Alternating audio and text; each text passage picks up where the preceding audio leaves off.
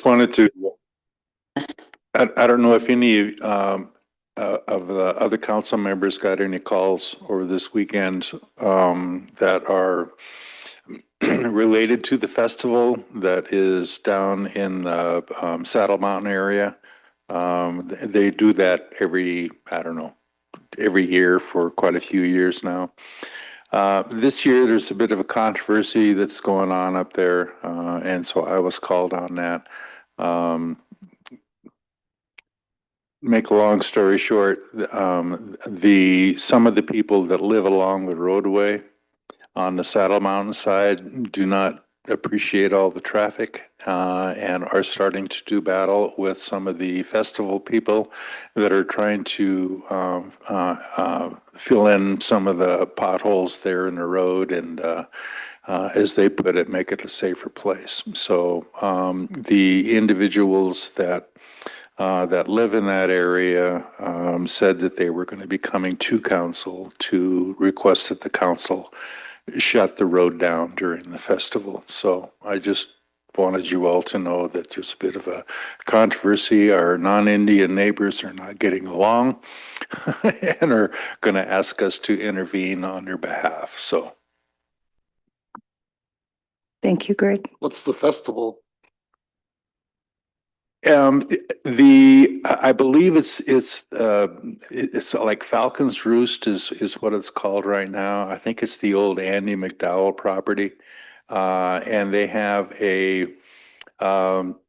music and art festival. I suspect there may be some other partying going on around that, but they've been doing it for quite a few years. They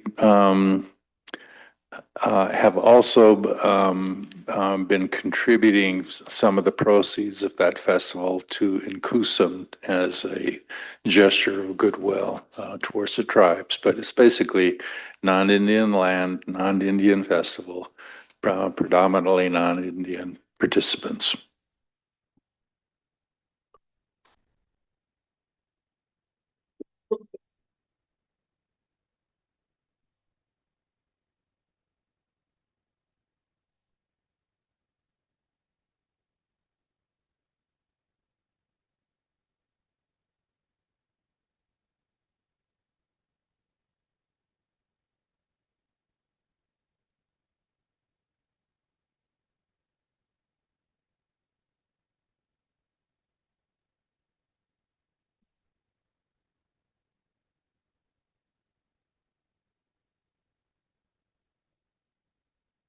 I just wanted to double check on this week. Do we have council Thursday? Oh, there's none. Okay, because I believe Len and I are traveling to the protocol meeting. Okay. And Bing has a funeral, and then there's a couple council members that'll be on Zoom meetings. Okay. What does next week look like? I have council for both days. Did you need to get something in there? No, I'm just checking if is anybody else planning on being gone next week? Okay. I may travel. I'm gonna double check. I got a invite from Chairman Bean from the Gaming Association. They're having some hill visits at DC, so I will let you know for sure on that.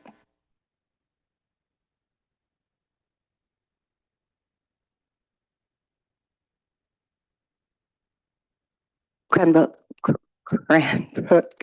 BC. It's they're having a dinner tomorrow evening, and then it's just one day. Yep.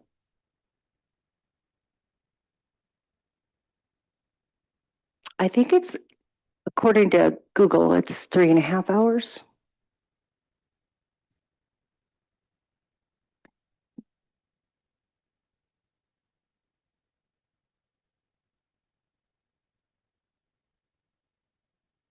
Tom? Yes, thank you, Madam Vice Chair. Related to that, in reviewing, what the agenda is, so the the good part of the agenda is making recommendations that are things that we could immediately do up in the Oak Valley watershed to at least freeze, if not freeze, but try to decrease the selenium output that's occurring there. And these are things that could be done in the interim between now and the final outcome of the scientific study and recommendations coming from the study board. And so there's a list of things that they have there. And, you know, and so it's kind of like, would you want to pick the top ones, like rank them, or pick out a handful of them? To me, I want to do them all. So the one that was missing there, and I'll make a point, is accelerating the reclamation work that they should be doing. So that's one of the biggest things, is that they're so behind on reclaiming the land after they destroy it like that, leaving all the slag exposed and rock, and that's where the selenium leaches out. They don't cover it, they don't cap it, it's just a classic, colossal, what do you want to call it? It's incredibly negligent. So that's something, I don't know how to put that in there, but I'll bring that as a topic as I zoom in the meeting. But I would just recommend that we would support all of them. They're all good. But our scientist, Aaron Sexton, will be making a presentation, and Lindsay, our staff attorney, they'll be part of the presentation team. Most of the things that we've been working on are led by us, the Kootenai Tribe of Idaho, in regard to this. So there hasn't been a lot of things come out of the bands up in Canada. Thank you, Madam Vice Chair. Thank you, Tom. We will definitely take that in consideration. I'm glad that you'll be on Zoom as well. Just a quick question to Tom. Have they provided a reclamation plan? Each mining operation does have a plan of operation that does do reclamation, but they are so far behind on it. And then there's all this legacy mining that occurred before there was any standards that haven't been reclaimed at all. So it's the old historic use of 100 years of mining, open pit mining, on top of the new industrial mining that they're doing today, you know, by robots. You know, it's just incredible to see what they're doing. But it's each plan operation does have an operation plan to deal with it. That's how we got the water treatment plants are supposed to be built. There are only 2 of them really functioning out of, you know, a dozen or more that should be built. They're just so far behind. They can't even get the water treatment plants up and running. So yeah, there's a plan. And then they have a proposal to add on and go into a whole new drainage. It's immense, and they'll have plans for reclamation there too, but it's just additive to the loading of nutrients and selenium into the Elk River watershed.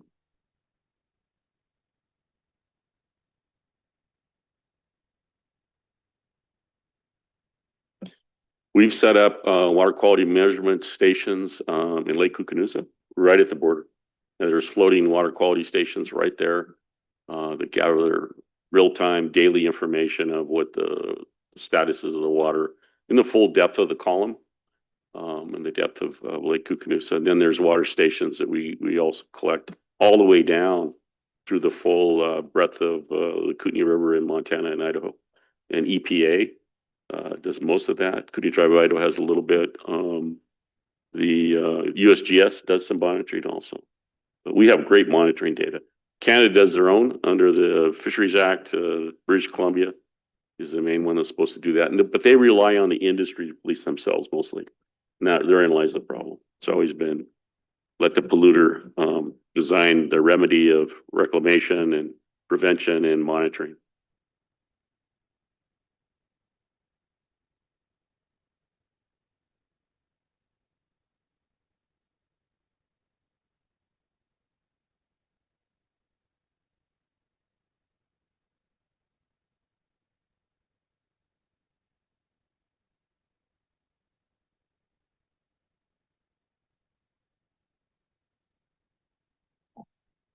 Did we have anything?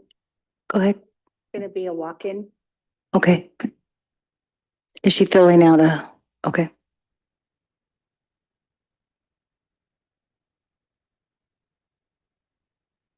Go ahead, Lynn.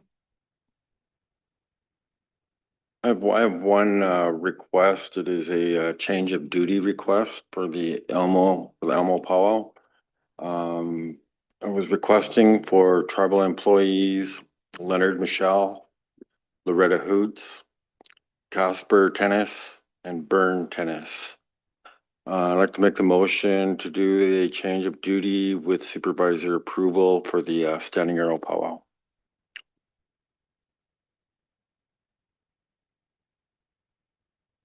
Okay, we have a motion on the floor to approve change of duty for 4 employees with supervisor's approval, seconded by Tom.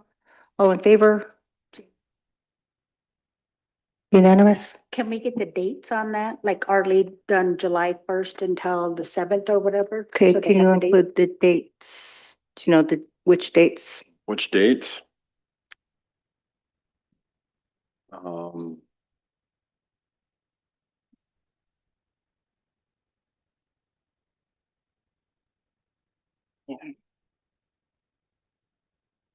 the 16th to the 20th.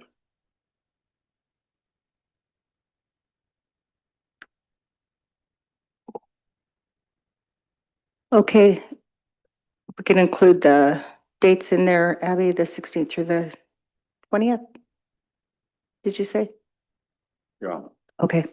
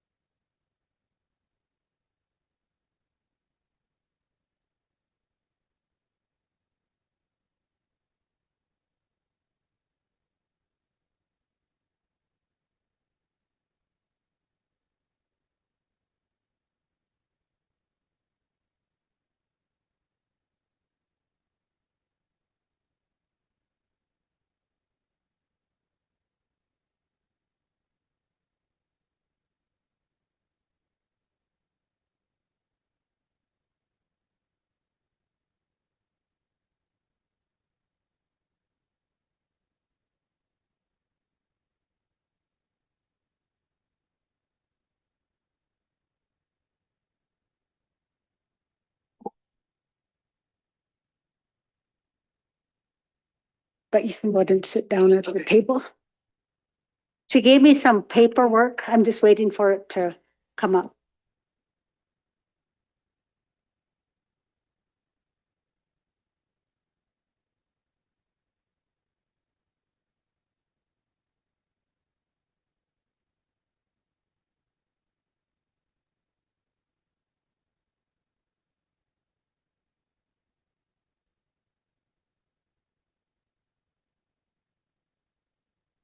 Hello, can you hear me now? Okay. Hast geäxt. Hast. So I forwarded her, I apologize for, okay. Is it okay if I still present it? I have it on mine. Okay. Sorry about this. I'll get that IT technical. But I'm here to present a proposal for Alderwood Crew equipment grant. So me and my crew, we've been doing, last year we did the Alderwood program with let me see 1 second. The proposal requests grants funding for professional grade forestry equipment and specialized proposal protective safety gear for us. And last year there was 10 crews, and each of them have one person for the safety of going up into the mountains. But it's the equipment operations for standards for chainsaws, and for new safety equipment. So for the upcoming season, the cruise is expanding its Cap City because there's going to be actually another crew. But we're requesting chainsaws, the importance of the firewood for the tribal elders, providing dependable, clean, burning firewood to the tribal elders is critical community service. And we need more, better equipment because of our chainsaws. We've had these for years. And the importance of having the chainsaws, new chainsaws and safety gear to help us get the firewood, because it's not easy going out there. Like we go out in the winter times and we go in, as far as like Dog Lake, we go up into Mine Singer, Jetty, and we do this with our own money and our own chainsaw, like to buy them. So I'm just requesting that the equipment be for Steels, MS 261s, and I have 3 estimates for those. I could print off for you guys, but it came up to, I think, $11,099 for 420 chainsaws for the cruise. Shawnee, I'm sorry. So are you the Tribal Elders Program or is this request through a program? This proposal is coming from me specifically because I talked to the Elder Program and they're only allotted so much money for the firewood and the orders. So we'll go out there, they'll give us an order for a tribal member, tribal elder, and then we go and provide that firm. I think it was $325 last year, Accord, and now it's $350, but that's not enough money for us for our gas and our fuel. I mean, it covers that, but we still have to cover, you know, our food and everything, and it's not enough to purchase new chainsaws. And we go through a lot of different chains and sharpening tools, like everything. So when I talked to the Elder Program last year, they said that they weren't able to do it because of they're already allotted so much funds. But it will help a lot of us because we do thinning as well through the forestry. There's a lot of the crews that do the Elder Program and contract through the forestry. So that my crew is one of them. And I have Adam back there with me. He's one of my crew members. Carol? So I was wondering if Oak Rehab might be able to assist. they do fire boots. I was just informed this morning through DHRD that they'll do boots, but I don't think chainsaws. Well, I don't know that for sure. I Okay. think we need to check and see if that's a possibility. Okay. I apologize. I'm not prepared to for this, but I know it's really important for us to do that because the elders they're more important than just any other community for us to get them. And I think we did over 100 and some, I'll get the numbers. It was 100 and some cords last year just for the elder program. But you'll be helping us work more efficiently, safety, and getting it done faster. Okay. Ding? Hey, Madam Chair, what size chainsaw did you say they were? I steel 261 CM. 261? And the CM comes in where we won't have to manually adjust the carb for higher and lower up there. It adjusts itself. So that right there helps us better efficiently get firewood without having to stop. And they don't need a scrunch either. They have I don't know how to explain it. I'm sorry. An area where you can just, if the chain falls or it breaks, we can just adjust it like that to the bar. How big of wood, big of trees are you gonna cut with these? Well, with thinning, we have a DBH of 8 inches because we use them for both. But depending on where we're at, we'll go up to even maybe allowed. I don't want to say something wrong that I'm not supposed to as far as regulations, but up to almost like 30 too, you know, and they're dead standing. So they're big logs. And so, I mean, even if you could provide some new malls for us and everything too, because we split them ourselves, you know, we don't have no equipment that will, unless you guys want to purchase that for us too. Nope. Yes, sir. What Go did ahead, you- Juan. What did you say, how much is the grant? Well, the grant that I wrote up, because there's 3 different estimates, it came up to, 1 second, I'll get that up.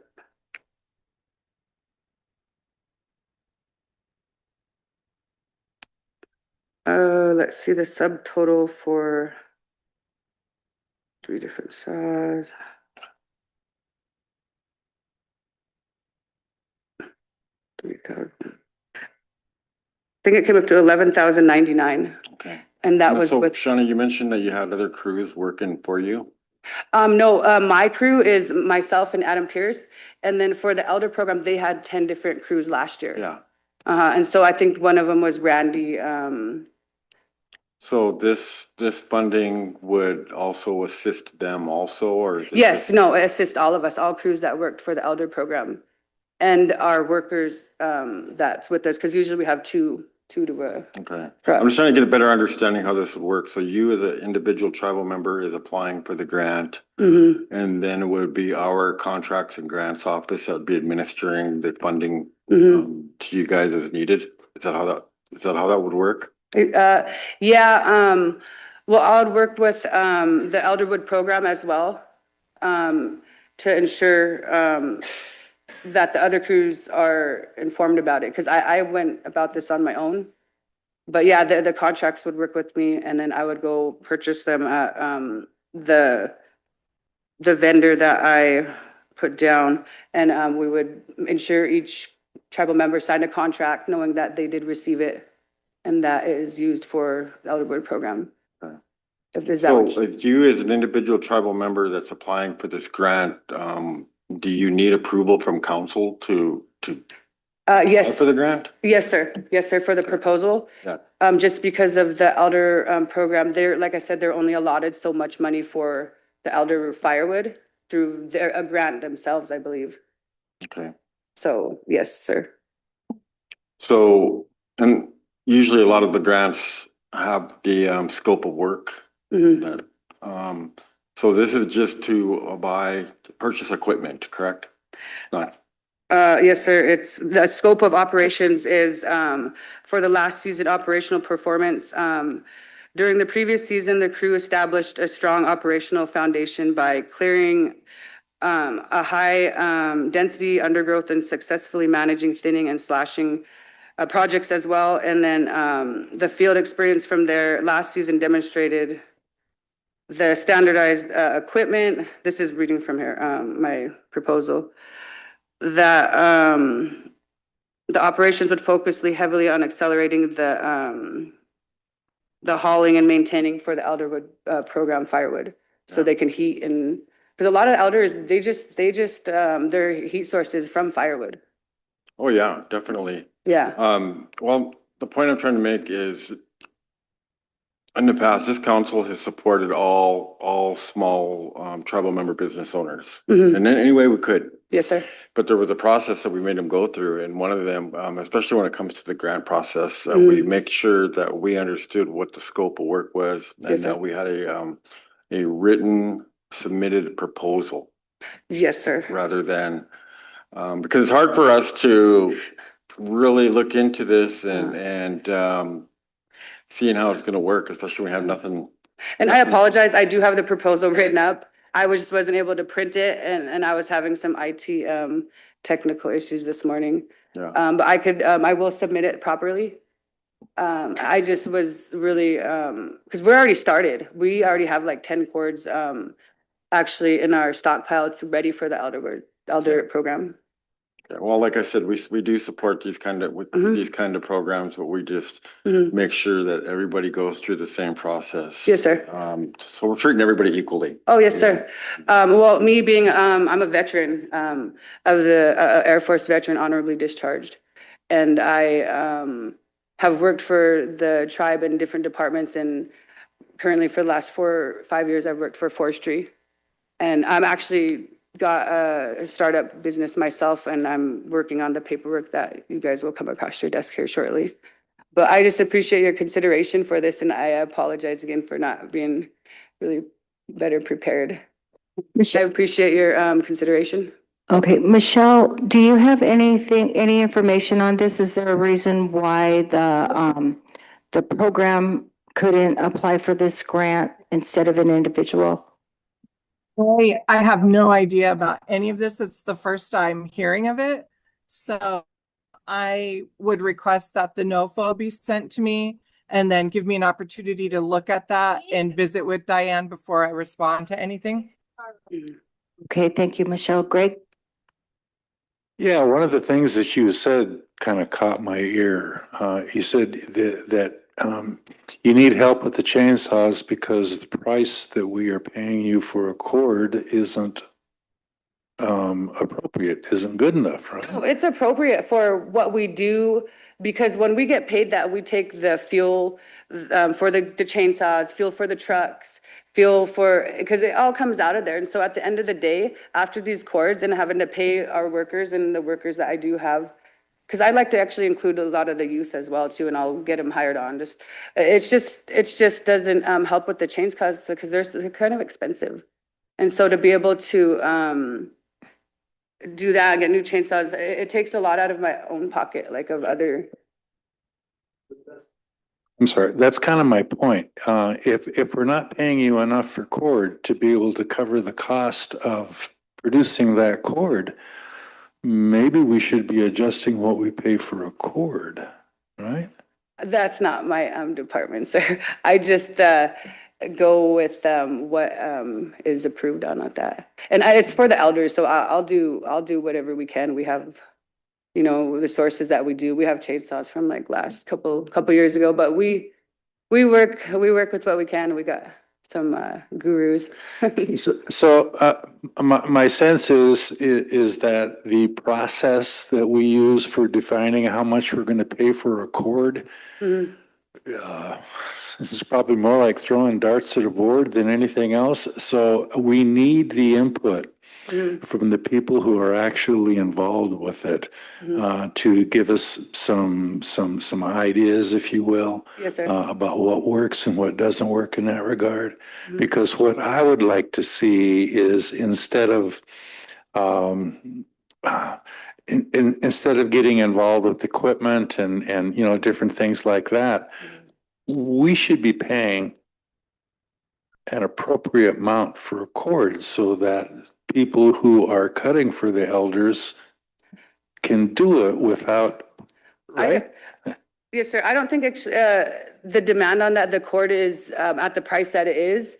It's just maybe in the beginning of the season, maybe set a allotted amount aside for equipment and safety gear for the crew members. You know what I mean? Because the 350, that's actually really pretty good with everything and the prices going up and stuff. So I think it was like 250 like last year or the year before that. But it's good. I'm not saying that it's not. It's just to keep up with the quality of our equipment and what we do, you know, because it's hard work out there and it takes a toll on us and our vehicles and that personal vehicles that we do have.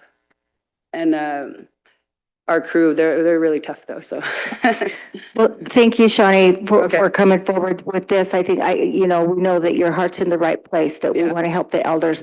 I think that we just need more information. So I think it'd be appropriate to take that to, to the elders program and Michelle so that she could bring it forward and Michelle, who's Michelle? Michelle Mitchell, she's the tribal member. She's over the elders program. Okay, see, and I didn't understand that. And from my conversation last year with some people that were overhead over there did say, go ahead, be my guest, because they said that there was just a specific amount.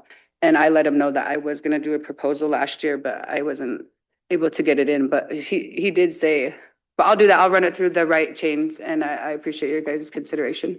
All right. Thank you, Shawnee. Okay, thank you. Yep, have a good day. Thank you.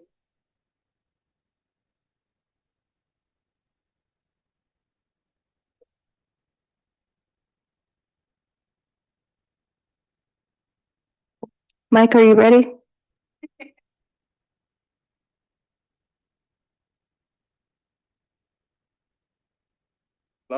That's correct.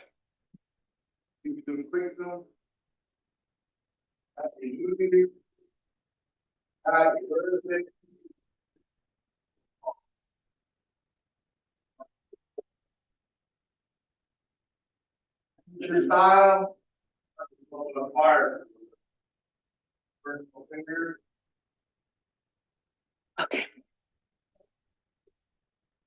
So, are aware of the Eagle program, familiar with it? Started the program back in about. It'll be, she'll need to get it on record, so yeah, it'll be helpful if you talk into the mic. Thank you.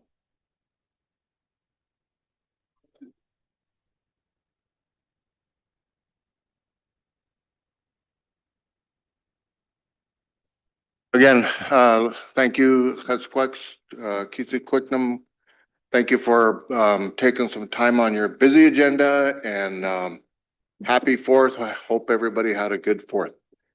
So I don't know if everybody, if you are familiar with the Eagles program, I apologize. I don't want to have to repeat everything, but back in about 2015, Jim and I actually were watching the Brawl of the Wild, I think. And we were talking about the climate program and what we were doing, and we wanted to get the kids more involved in what we were doing. So him and I came up with the Eagles, Environmental Advocates for Global and Local Ecological Sustainability. At the time, if you look at the brochure, you'll see that I had some ideas for what we kind of wanted the kids to do. And some of those ideas were recycling, community gardens, community meeting places. So on the little diagram on the bottom, I had the garden, I had a teepee, I had a place where we could talk and maybe make some dry meat and that type of thing. I got some funding from BIA, the BIA Youth Initiative, and basically wanted this to be their thing. So we went to the schools. Renee's been involved since we started. She's the go-getter person, the doer, the coordinator. She gets the kids and the teachers. Of course, you guys know how much extra we're asking the teachers to do. So we went to the schools with these brochures and said, well, you know what we did? I bought pizzas. And so I bought pizzas and walked down the hall with a bunch of pizzas. Of course, you have all the kids following you after you bring pizzas in. And I just told them, you know what? I have money and I have ideas, but I want this to be yours. So we've been working with the kids, working with the schools, kind of depending on funding, where it goes and how strong it is for the year. If it wasn't for some of the teachers, really taking the initiative and really doing a lot of the work, this would not be, I don't think. So that's kind of where we're at. We want to continue the program. So we're looking for additional funding. And this page is, and I apologize, Jennifer, I will send these to you beforehand next time. This page is an outline of what they've accomplished last year. And this last page is where we want to apply for additional funding. The Native Americans in Philanthropy. And it's Indigenous Tomorrow's Fund. Where we want to apply for $65,000 to keep the Eagles program going forward. The kids are now working on some microplastic stuff, some white bark pine. What else? They continue to recycle. Push the button. We just, Mike gave you the summary for 20, not this last year, but the year before. I haven't done this one. Oh, sorry. There's just the mission kids were doing bat houses, the Arlie kids were doing, they do beaver and wetlands. So the one thing that Mike's insisted on, sometimes I have to be reminded, is that the students make the decision. So just independently, let's say the Polson Middle School kids picked microplastics. We didn't push them at all. Charlotte Lake and the teachers down at Ronan Middle School, the kids also picked microplastics. And now we're moving into carbon sequestration. But I think without the teachers to get, because you have to have a teacher, but I'm really proud that it's student led.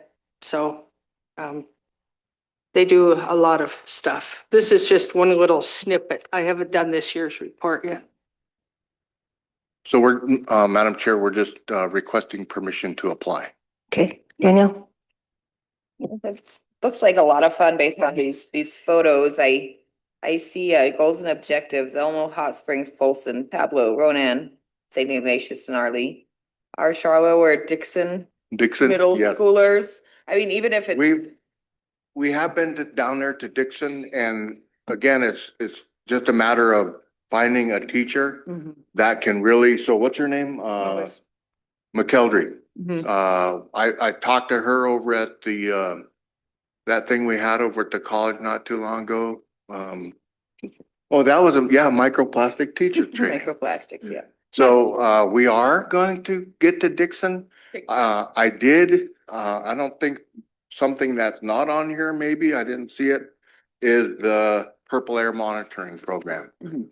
So I did bring a purple air monitor down to Dixon, so Dixon does have a monitor. We will, with this funding, we want to really recharge the whole program. And I started out with, I think, $30,000. I had the kids go through their whole school and do a needs assessment for recycling bins. If you recall that, I ended up buying enclosed trailers to haul the recycling up to the recycle center.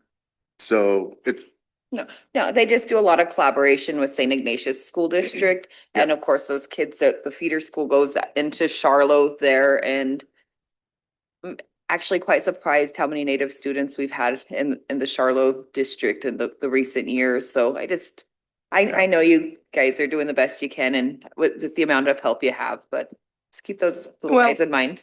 Interrupt, sorry. It really does depend on a teacher. So we were working real close with Reese Cox when he was a new teacher. He does the purple air monitoring. So I need to get with Reese and Mr. Baldwin and recharge, as Mike said, the Eagles at Charlotte. And Hot Springs also has been working with us. So you just have a sample of a Wilderness Society report. There's other money that we've had in the past. All know how important climate change is, and I think involving the youth is something that's pretty important. So we appreciate your efforts. So you have the opportunity to apply for 65,000. So we need a motion for approval for them to apply for 65,000 through Indigenous Tomorrow funds to support the Eagle Youth Initiative. Motion by Tom, seconded by Greg. All in favor? Lynn? Unanimous. All right, lunch. get $65,000. Thank you.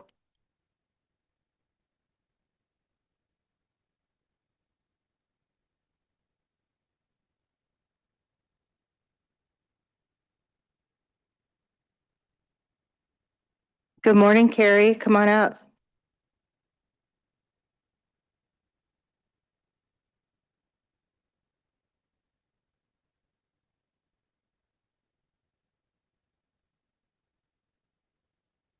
Good morning, everybody.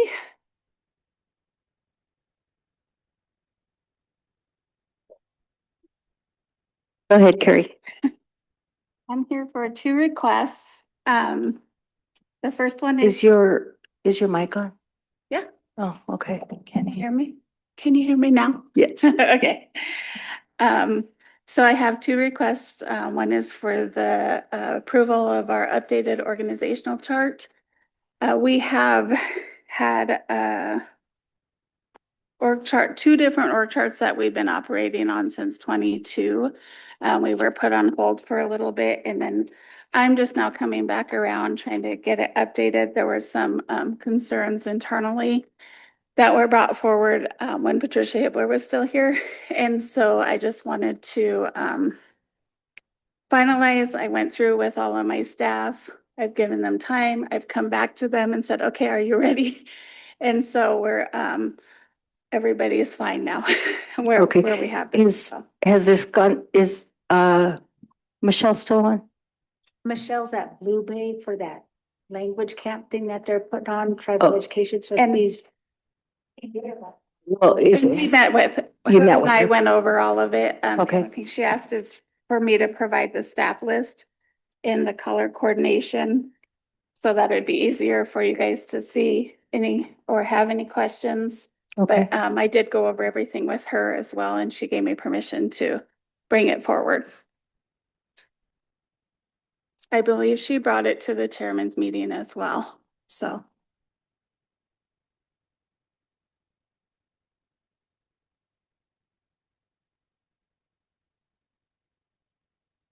Oh, there wasn't one? Oh, okay.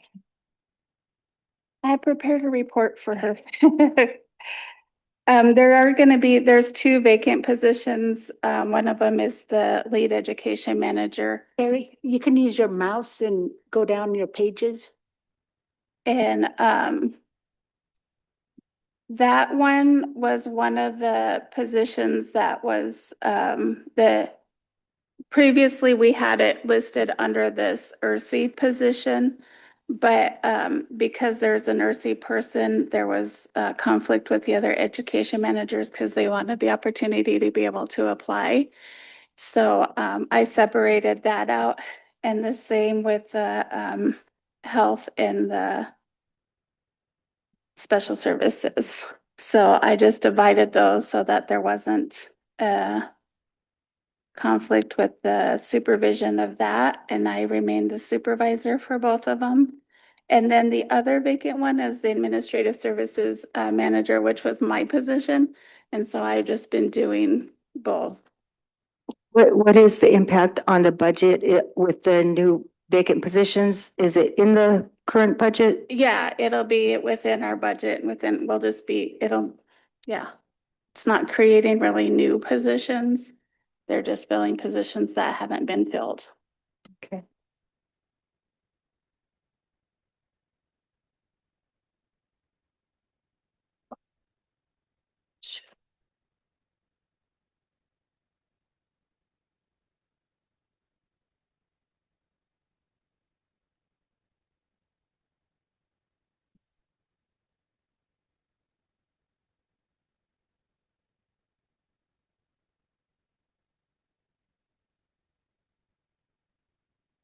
Does anybody have any questions?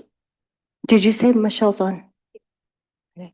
Michelle, did you have any comments on the org No, chart?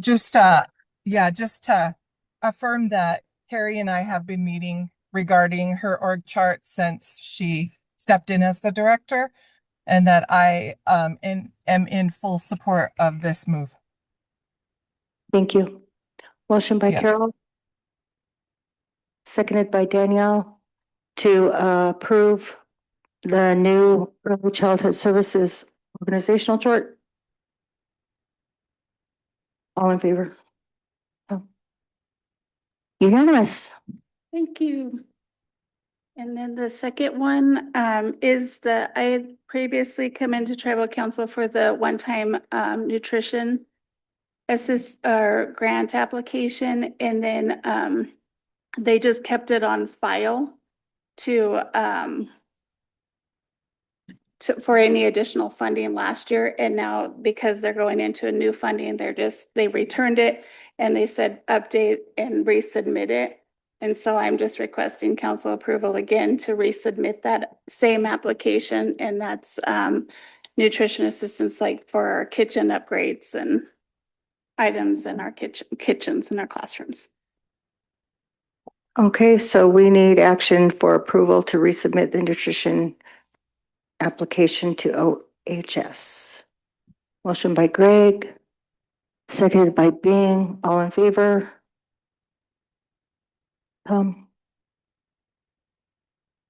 Unanimous. Alrighty. That's Thank it. you. Short and sweet. Mhm. Nothing else at the moment, but thank you.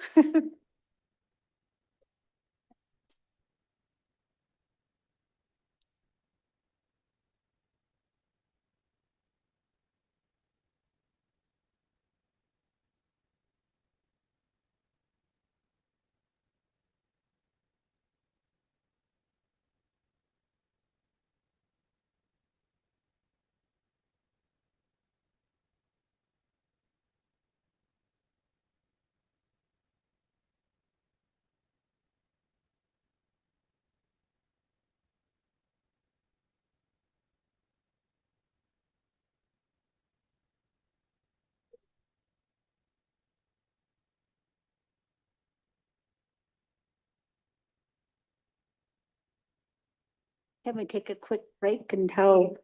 Yeah, it looks like Thompson's not on till 10:20. So we'll take a quick break. Call the meeting back to order. Hi, Thompson. Squext. You. Good morning.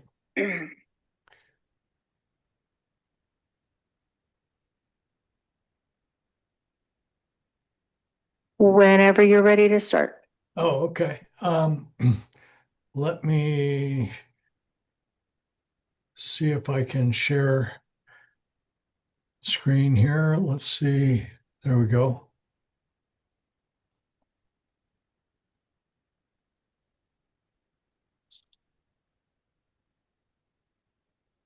So good morning, everyone. Squext. My name is Thompson Smith. I worked for quite a number of years for the Salish Kalispell Culture Committee, the Salish Kalispell Culture Committee, and we are pleased to bring before you for your consideration this morning a publishing agreement with the Montana Historical Society Press for a project that the elders and staff here have been working on for quite a long time.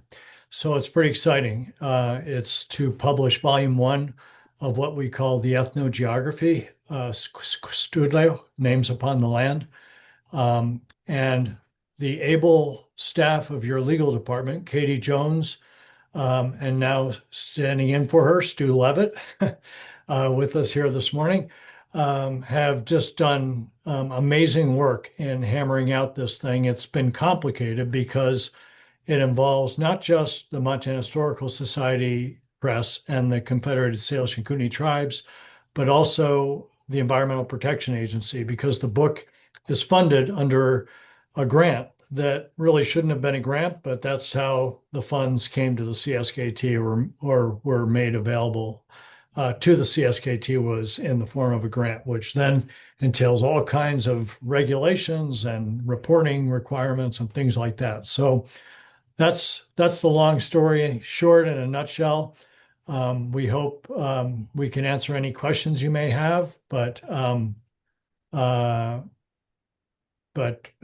that's pretty much it. I wanted to keep it short for you. So we're asking for your vote on the approval of this agreement. And just as two side notes, I guess, that you should be aware of in voting on it. One is that the agreement is, of course, dependent upon the Environmental Protection Agency actually providing the funds that they have promised to the CSKT, which is essentially mitigation, cultural mitigation for the damages to your treaty guaranteed resources in the Upper Clark Fork Basin. And under the directorship of Tony Incashola Sr., the proposal was put forward for funding a number of items, the largest single one of which of the items funded here is the publication of this book. So that's written into the agreement that this thing goes forward contingent upon the EPA actually forking over the funds that are specified in the grant, which is a total of about $150,000, which is a large publication funding. It'll allow us to publish this, design it, and print it in a large format, which is suitable for maps and things like that. The other little side note, there's just two side notes. One is that, and the other is that we are in the process of hopefully arranging with EPA an extension on the grant, necessitated in part by how much time it's taken between the EPA, the Historical Society, and the CSKT to finally have this agreement in place. But now we can charge forward. So because if that extension is granted, it means we'll come back with a simple amendment to just adjust some of the dates that are specified in this agreement as far as the when the grant will expire and when the reports will be due. Stu, did I miss anything? Yeah, if I could, there's 3 points, council, that I think are ultimately ministerial, but they do have to be brought, I believe, to your attention. Katie, just, thank you, Thompson, for introduction. Katie did an amazing job getting this thing going. And to the point that it is today, she, as you know, started sabbatical last week, and I'm here to carry it over the finish line. I've been talking with her about it. And there's really only 3 what could be considered sticking points that I think we've gotten to, legally speaking, about as best we can expect. However, they are unique from what council typically desires, and therefore not unique, actually, that's fairly common. However, these 3 things are worth noting legally for your awareness. I don't think we're going to get any better, legally speaking, from the state. However, I think it's my obligation as your attorney to raise them to you, just so you're aware of them. One of them on page 7 of 12, Thompson, if you could flip down pages Sure. to the agreement, because I have my notes in mind, which I don't think they really do want to see, unless you want to see a boatload of track changes. But in simple form, You said paragraph page 12? 10, paragraph 10 at the bottom of page 7 of 12, indemnification. Actually, my pages might be a little off because I still have some track changes with things deleted. Paragraph 10, indemnifications. Normally, we would like to have indemnification for almost any contract for the errors, omissions, et cetera, of the entity, but also the entity's employees, subcontractors, their subs, et cetera. Basically, to get both the lateral and the horizontal indemnification. In this case, and the attorney on this is a little different, is for the state, the attorney is Christian Juris, who, as you may know, is the Lieutenant Governor. lieutenant. Thank you. Shows the amount of thought that I have going into that office. But anyway, the attorney general's lieutenant governor, excuse me, and she apparently is the attorney for all contracts with Indian tribes for the state. So whether that's correct or not, or the detail or not, she basically explained that the state cannot or will not do that indemnification up and down. Legally, we could still challenge the state. The beauty of indemnification is it guarantees under the contract anyway, which is still going to end up in court. But if they do something wrong or they fail, we would be able to say under the indemnification clause, you owe us X.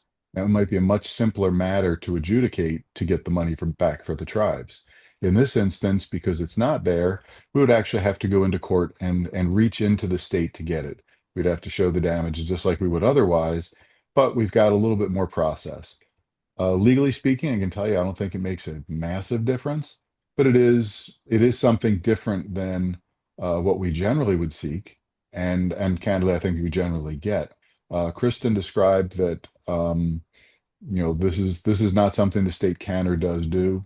Legally, I think therefore that having just the publisher is responsible for the acts, errors, and omissions of the contractor is about as good as we're going to get. Having the employees, subcontractors, et cetera, I would prefer, but it's not there. So that's one item just to bring your attention that as a legal matter, that normally is the kind of thing that council would be concerned about. Another one is on item 13, number 4, post-termination rights and obligations.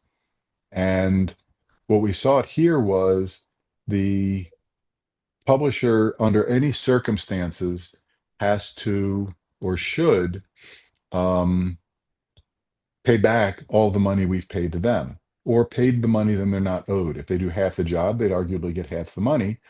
However, there's, that the state said we can't do that, we won't do that. And therefore, what this would require, the same thing as before, or the above item, is we would have to go to court to prove it. Not the end of the world, but it's more steps than we would like. One advantage of it is it does allow for us to claim, if they say, well, we've done half the work, we would be able in court to argue, yeah, but having half the work is useless in this instance, because unless Thompson and the culture committee get the book, the half the work is not useful to us.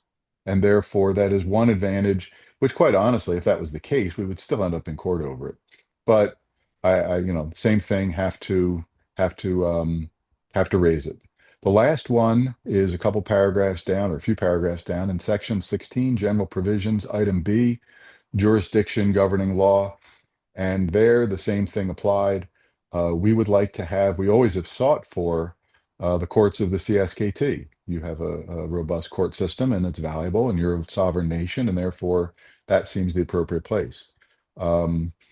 Christian said, we will not do that with any entity, and therefore we won't do it here. So what we did is we put the preferred place is the federal courts in the state of Montana. If not, the U.S. District Court, the Montana District Court would be the secondary option. The advantage of having it in a contract is it sort of sets the default. We begin to argue from that point. In this instance, because it's not, or because the state wouldn't go for it, what this means is either we would have to go into the federal courts, or we would have to go to state district court. That still does leave some opportunity to argue for something different than whatever the state may seek, if that was to happen. But there's no guarantees we would get that in court. Again, I don't think that's a horrible thing, but that is different than what we have generally sought for the council and the legal department, and therefore I raise it. So those three items are things that can be addressed, or would have to be addressed later in a court proceeding. Not as good as if there was in the contract by agreement. However, I don't personally think it's fatal. What it means really is it's between the council and it's always between the council and the entity looking for the contract. In this case, cultural preservation, or excuse me, Salish Preservation Office. Sorry about that, Thompson. Culture Committee. But it's something to point out. So legally, I don't think any of them are fatal. However, I do have to point them out, or I should point them out to you. I've talked about it with Katie and Thompson and Sadie, and think it's appropriate or reasonable to go forward. However, that's obviously your determination. That's the only things I had of note or concern. There's one other thing that you should know, just as an observation, that in the general provisions, item C is mutual limited waivers of sovereign immunity. To the extent that this contract could be litigated by the parties, we have waived sovereign immunity for that purpose, and the state has also. So it's a mutual sovereign waiver, essentially, that says, you'll do it, they'll do it, for the limited litigation pertaining to this agreement. And that's pretty normal in a situation like this, but anything involving sovereign immunity, I think also should come to your attention. So thank you. I'm obviously here for questions if anybody wants anything. Thank you for those points, Stu. Greg has a question. Yeah, two questions. The first is, so we've been working on over the last 3 or 4 years under an EPA grant to pull this stuff together. And now we are going forward to the Montana Historical Society to get that work published. I'm curious as to whether or not, or why we are going that route to begin with.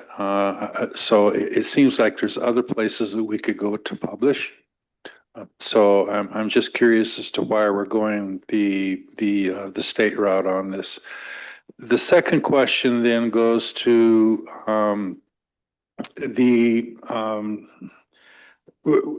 so we have an agreement here, and as I understand it, Stu, you're saying that we should approve this agreement. You've gone through it, and Thompson, I understand that you have gone through this agreement as well, because I'm a little nervous about the council approving an agreement that we're just seeing now. So I don't want to hold anything up, but I just want your reassurance from both of you that you have gone through this and you are happy with it, with the exception of some of the stuff that you've brought up, Stu. Sure. So, Stu, if it's okay, I'll just jump in first, and then if you could follow up. So thank you for the questions, Greg. Excellent questions. So why MHS? Well, for one thing, it's good to have an actual publisher. And probably of any press in existence, the Montana Historical Society Press is really ideally suited for this, because while there's going to be wide interest in this book, because the whole field of Indigenous place names and ethnogeography is a really fast-growing field with a lot of rising interest in it, not just nationwide, but worldwide. Still, the biggest market for it is going to be here in Montana. And we always make everything we do out of the Culture Committee, the first and foremost audience we have in mind are tribal members themselves, especially younger tribal members. Secondarily, though, the elders have always felt that to the extent we can increase understanding out there, we also can increase respect. And so getting this into Indian education for all, into the schools, things like that, will really be good. And so the Montana Historical Society Press will be ideally suited for that. We have published with the University of Nebraska in the past, the Salish People and Lewis and Clark Expedition, which was very well received. They did not do as great a job as we had expected or hoped with distribution. And also, they've had a huge turnover in their staff since the time we worked with them, which is now a while ago. And they're just not as good a fit. A lot of times working with any publisher is a in-depth kind of engagement. And they have to be people who feel like a good fit for the project and for the authors, which isn't me, it's the Culture Committee and the Elders Advisory Council. And Sadie has felt good about the director of the press, Jeff Bartos, and his main editing assistant, Cody. We've had good engagements with them, quite a number of Zooms. And we also, we're interested in at least the possibility of the University of Washington Press, but that they decided not to proceed with this. So those are some reasons for going with the Montana Historical Society Press. The CSKT, as you know, have worked with them, with the Historical Society quite a bit in recent years. Steve Lozar served on, I'm not sure if he's still on their board, but has for many years. And of course, Marie Terosian was involved with the exhibits that opened up recently, and the Culture Committee contributed to those. And also, we've done research for many years at the Historical Society in their archives, and they've been really helpful over many years. Their research historian, Dave Walter, who has passed, unfortunately, was really supportive of us. They were generous enough to me to give me a Bradley Fellowship many years ago for research there. So those are some reasons for going with them. And being in state, they will have a much stronger distribution outreach within the state and in the schools. As far as the review of the agreement, I'll hand this off to Stu, except to say that, as we noted, Katie Jones really worked diligently, went back to Dan Decker and legal staff as a whole at many points for consultation. I do feel confident, Greg, that this is as strong an agreement as we can possibly have. And we do hope that it'll be approved, because we've been working on it for so long, and we want to really focus our energy and attention on the book itself. And the more these administrative things kind of keep going, the more just to be totally honest, the more it just takes away from work on the book itself. So that's my more than 2 cents, and I'll hand it off to Stu. And I'll try and thank you. I'm sorry, Thompson. and any other questions to Greg or others, I'm totally interested. Yeah. I'll try and add a little less 2 cents that legally speaking, I think it's, as Thompson just described, it's probably as good as we're going to get. I think it is reasonable. It is sound. Katie did do the majority of carrying water and should get the credit for that, because it seems like it's been for whatever reason, a particularly harrowing agreement to navigate. And it is what it is, but I think it is a good job right now. And I think Katie did a great job. She and I talked, I guess, last Thursday afternoon, right before the holiday started and her sabbatical began. And she's comfortable with it. I went through it again this weekend, just neurosis. I've been through it with her before, as well as alone before, and I think it's sound. So could you expect better? Probably not.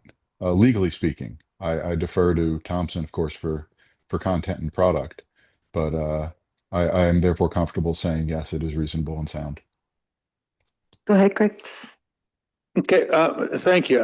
I just saw the key language in there that I was kind of looking for. For purposes of this agreement, the Montana Historical Society Press is a contractor of CSKT. Okay, so that's the relationship.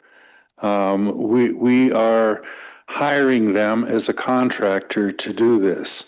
So based on that, I'm comfortable in moving forward with this, but I also want to take this opportunity to say that given the number of agreements and working relationships on multiple levels that we have with the state of Montana, I would think that we need to pull together some boilerplate language, if you will, that to govern these smaller agreements between multiple entities here within the tribe, with multiple entities under the state of Montana, where we could get these basic legal or jurisdictional issues ironed out once and then use that many times. I would like to see that developed from a tribal perspective rather than asking the state what it is that they want, and would very much like to hold, if you will, the state of Montana's feet to the fire for a workable agreement with the tribes, particularly when the funding is coming from the tribes heading their way. So I would make a motion to approve this agreement and ask that follow-up be done as well. Okay, motion on the floor. Tom? Thank you, Madam Vice Chair. Yeah, Thompson, I guess my question is that what about SKC Press? And then the second question is, I remember back in the day with the Heart publication that we had heartburn over, that was published or, whatever through the Montana Historical Society. The only thing I'm going to say about all this right now is that when I went to Helena and saw the new museum, I was blown away by the difference in presentation from back in the day to today. Mm-hmm. Pleasantly surprised at the way it's presented, given all things considered today. But anyway, what about the college press? And then is there any concerns about like the Heart publication? Yeah, there are concerns about the Heart publication, Tom, and thank you for the question. And I shared your impression of the exhibit, at least in terms of the extent of Indigenous content. That was a pleasant surprise to see it so extensive and also integrated throughout the different parts of the exhibit. That's a good thing. I think there's some corrections that for CSKT, there's some corrections that hopefully we can work on going forward. But the Heart publication about plants and native peoples is definitely caused some heartburn, as you said, and it's not something that that we like. It didn't arise in the discussions with the press on this book. And SKC Press, we are working with on some other books. And they are sort of our backup press for this book as well. So if for whatever reason things go sideways with the Historical Society Press, although I don't really see that happening, and if so, it would have to happen probably in the next 2-3 months. But if that were to happen, I've talked with Bob and he's interested in this as well. But yeah, it's also a short turnaround time with the grant. And actually, SKC Press turns around things more quickly than most larger presses do. The other thing about SKC Press, though, is that all of its distribution is handled by the University of Nebraska Press. And, you know, we haven't really been happy with our interactions with that press in over the last few years. They did a reprinting of the Salish People book a few years ago, and they are now in the process of doing yet another printing of that book. It's sold many times more than what that press initially expected. But they're doing the reprinting just because we're sort of locked in with them by the terms of that contract, which is different than this one. This one specifically says a non-exclusive agreement. So does that answer your questions? Sure. Thank you, Thompson. Thank you, Tom. If I could jump in just to answer the question or comment to the question, it's not mine to answer, about negotiating a more boilerplate, I guess is the best way I'd phrase it. You phrased it, to the agreements with the state. I will defer to that, and I will refer that, excuse me, to Dan Decker in the legal department. And we'll bring that back as a separate issue that I would anticipate from this agreement. I would also note, though, that Katie did in the earliest promoted drafts, and actually up until about 2 weeks ago, I think was carrying the ball still pretty admirably for jurisdiction, for example, being in CSKT courts. The provisions that I described, all three of them had not been resolved until just last week. The lieutenant governor's main reasoning was that the state is not available to do that or cannot do that.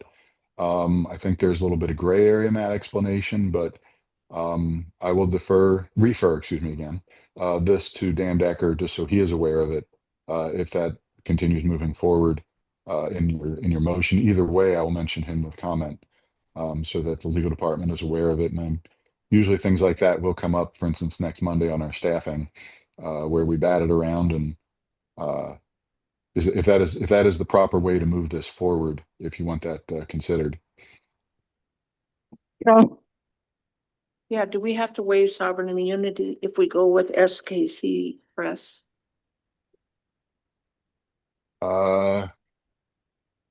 Probably not, because they're within us. They are a separate entity. We would have to, if I was their attorney, I would want it waived. Any contract I ever have with an entity, I would want the immunity waived for the purposes of the agreement itself. Because otherwise you essentially can't get at that entity without the waiver. That's why, for instance, in this agreement proposed, it's mutual.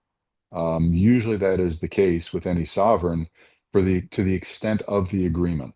And that can be both the fiscal amount, the logistical amount, or the product itself. There's a variety of ways you can couch it, but usually it's waived, excuse me.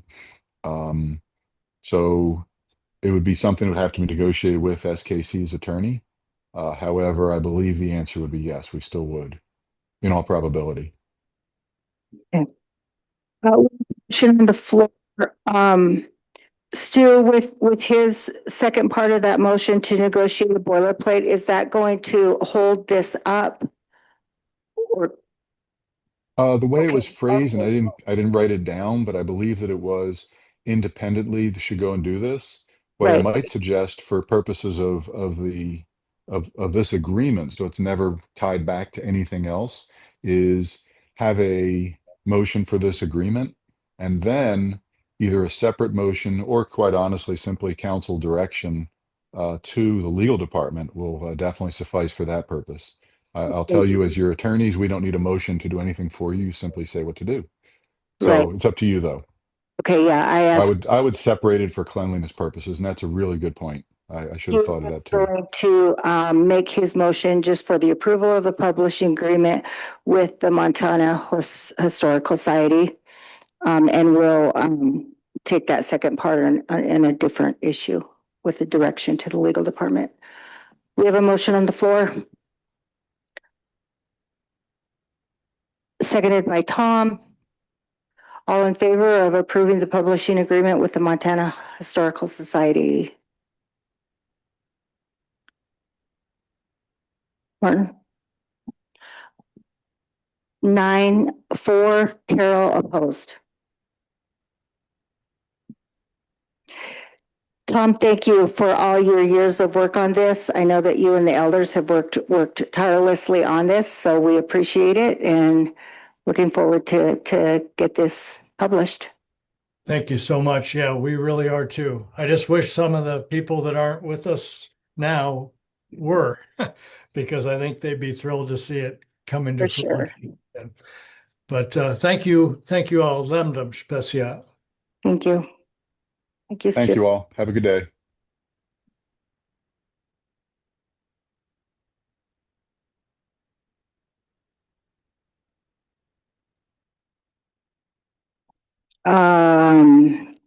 James, we are ready for you.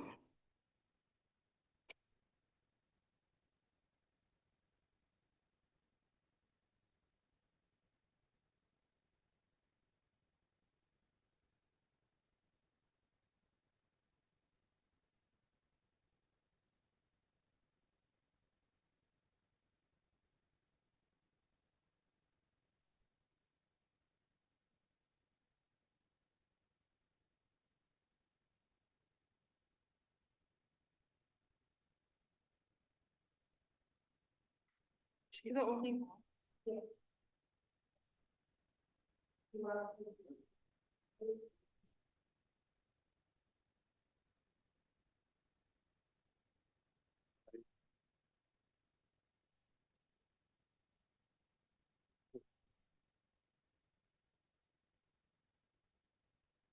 Hey, James, could you have everybody else introduce themselves, please?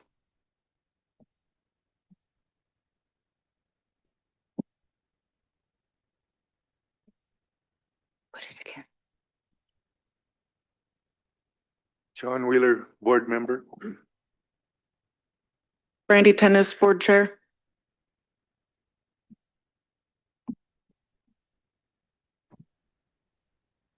Good morning, council. Thank you for your time. It's James, it's Rich, vice chair of the board. Rich Jansen. Thanks, Rich. And Ellie Bundy is on as well. Hi, Ellie. All right. Oh, okay. Okay. All right. Good morning, council. Thank you for your time. We're here to respectfully ask council to consider the financial impact that an annual audit has on our tribal enterprise. Unlike many tribal programs, our enterprise does not receive federal grant funding. Our operations are supported entirely through earned income from self-storage rentals and our revolving loan program. Our average annual revenue is $343,000. An independent audit is an important tool for accountability and transparency. However, for an enterprise our size, the cost of a full audit represents the significant operation expense. Those funds come directly from the revenue we generate rather than from outside funding. Every dollar we spend on the audit can be used for making additional business loans to tribal members, maintain and improve self-storage facilities, build financial reserves and future repairs for emergencies, invest in expanding services, and benefit tribal members. James, I need you to stop. Need to go out of regular session into shareholder. Okay. Dan just wanted one issue and open, and then we'll go into executive for the other portion of legal. Okay. Good morning, Dan and crew. Hey. Hi, Melissa. Go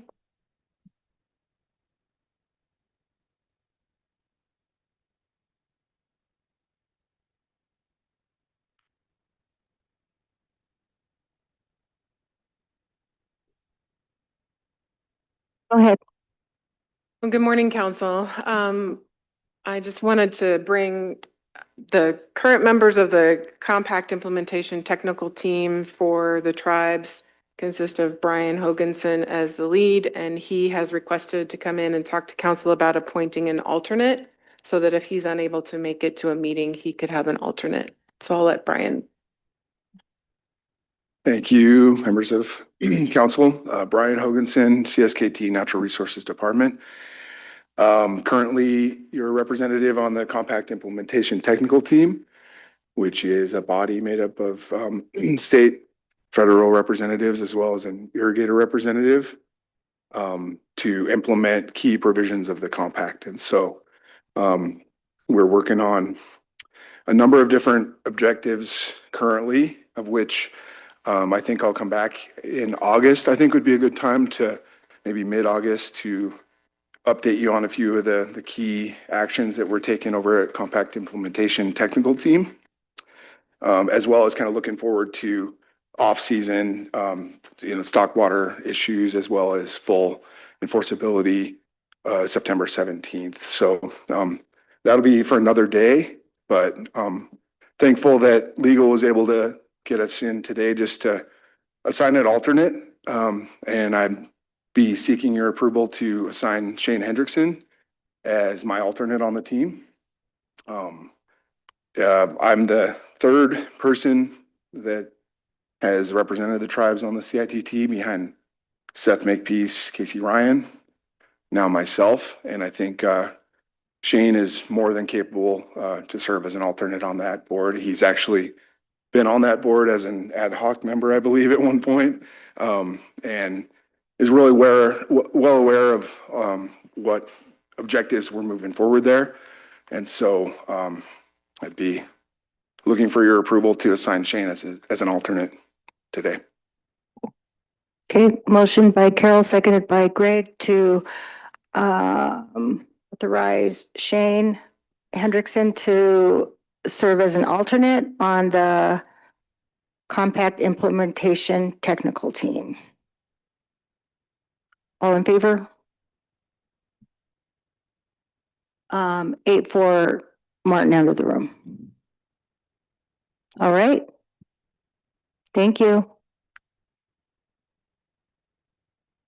Have a good day. Thanks. Can we go into executive? Out of regular session into executive session. Coming back. So I think we've got Ruth, if you're ready, we're ready for you.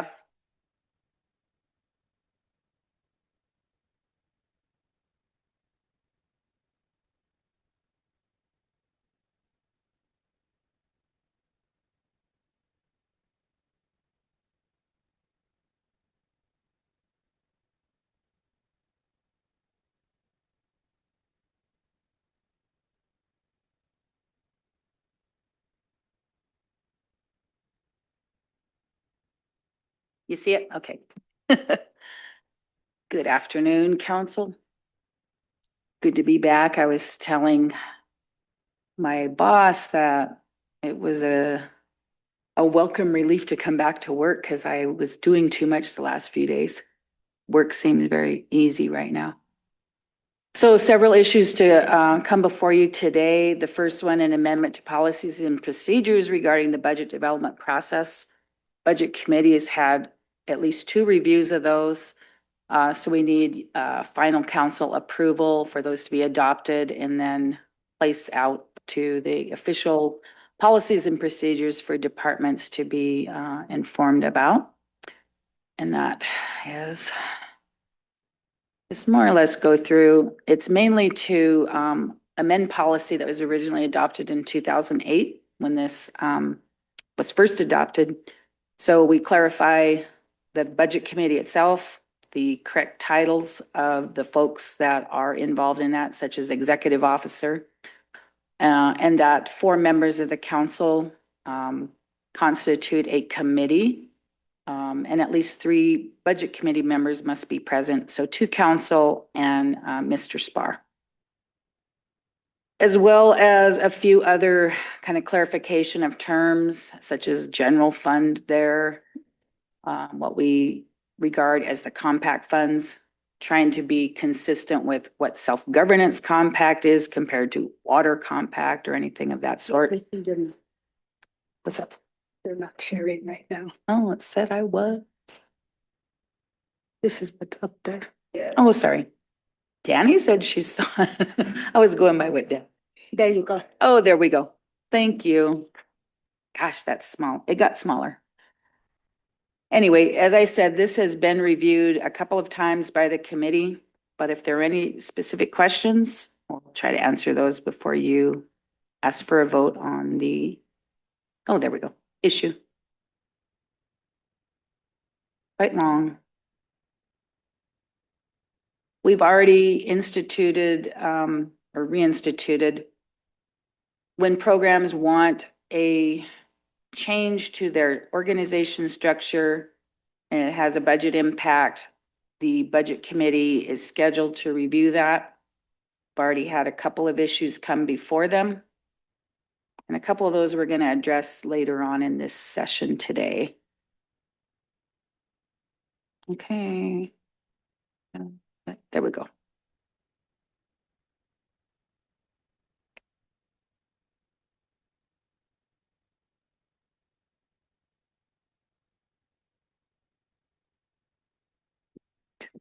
Any questions on the policies and procedures?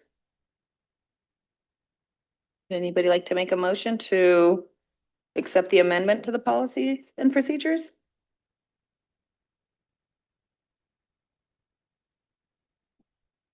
Motion by James.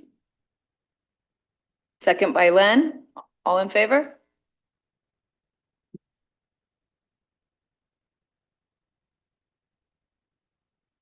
That's a yes, right, Tom and Len? Yeah, okay, sorry, I can't see, like the curves got me on this side here, so it's unanimous. Thank you. Okay, so as I was saying, the second issue, a request from information technology to add 1 new infrastructure technician position in 2027. So the budget committee did meet on that issue on the 15th. We asked them to come back on the 29th, but we didn't have quorum. So we're skipping straight to the council with recommendation that it be approved. They had a budget request that included the position.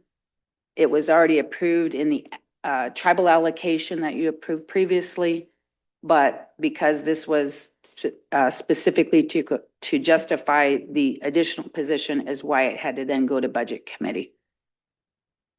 The increase to that budget is $121,000 annual budget.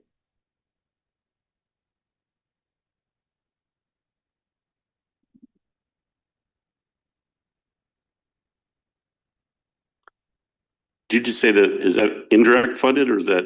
This is 100% indirect cost, yes. So it's tribally funded. And it's tribally funded. Mhm. Oh, thank you. Greg said your fiscal impacts are on your sheet. And I had that wrong. I had 121 for the other program, 198,000. Thank you, Greg.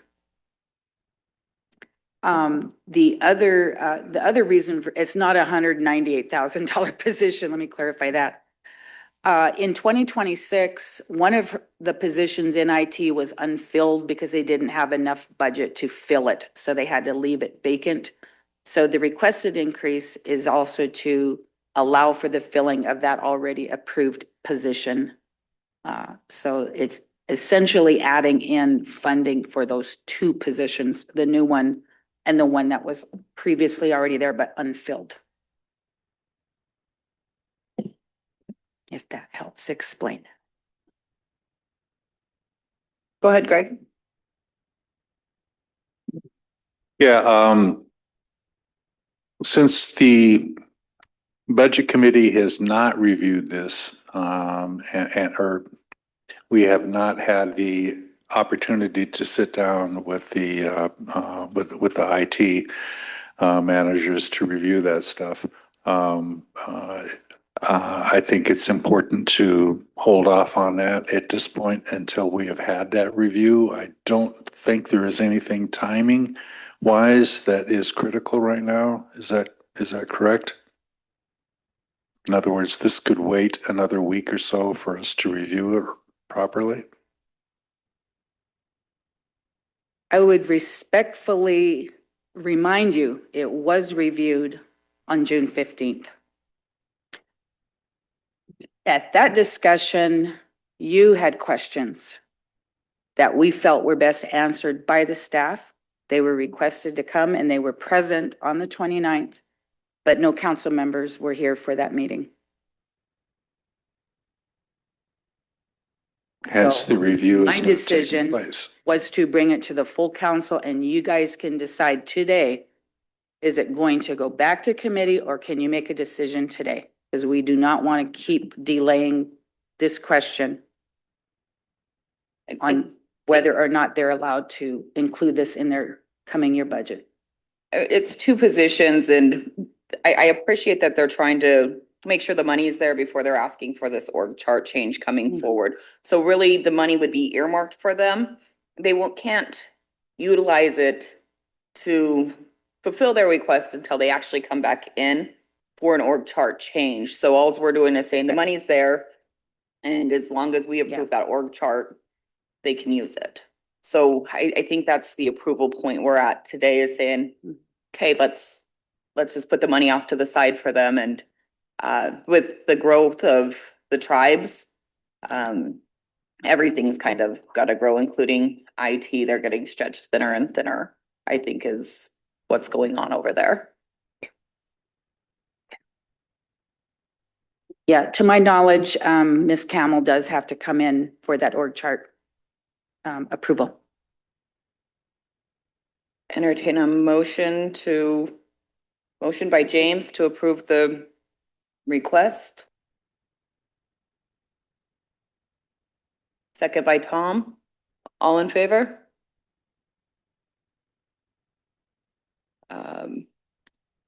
Looks like 1, 2, 3, 6, 7, 4, and Greg opposed. Okay. We'll keep going. Okay, item 3, similarly, probation has requested 2 new positions in 27. That was scheduled for the June 29th meeting, but again, lack of quorum, they could not discuss and make the recommendation.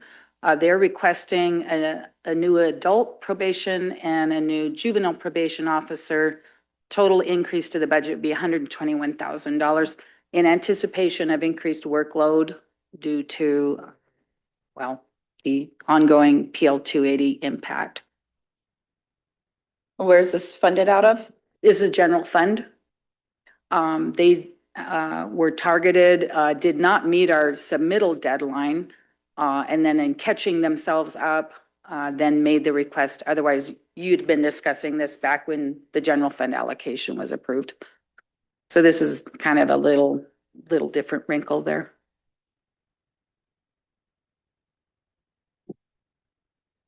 Our next. James? Oh, motion by James. Oh, okay. Second by Len. All in favor?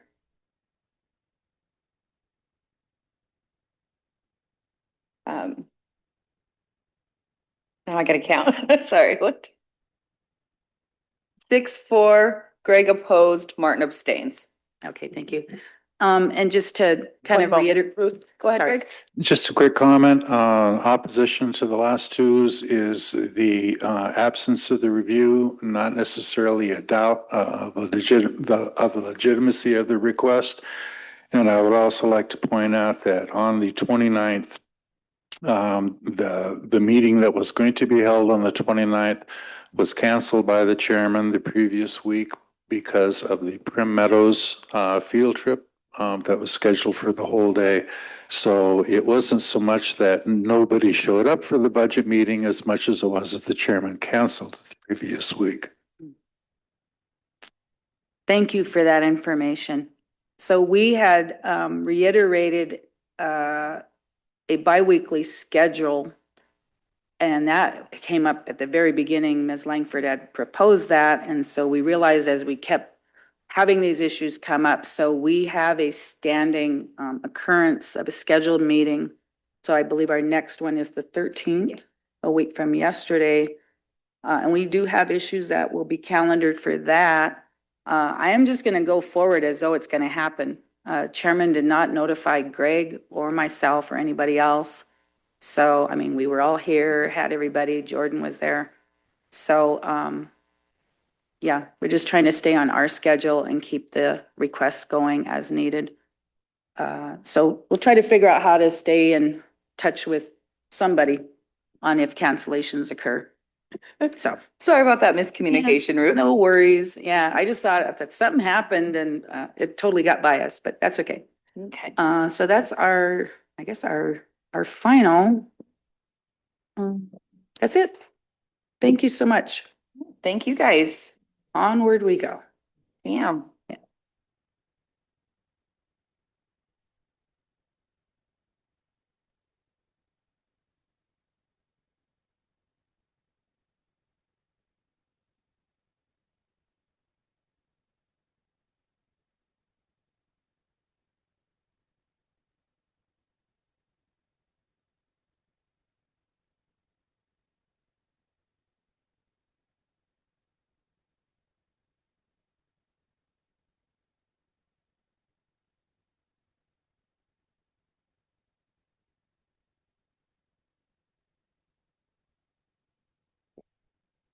Welcome, Fran and Dan. You guys go ahead and, or Alia can come through and shake, but get you guys sat down.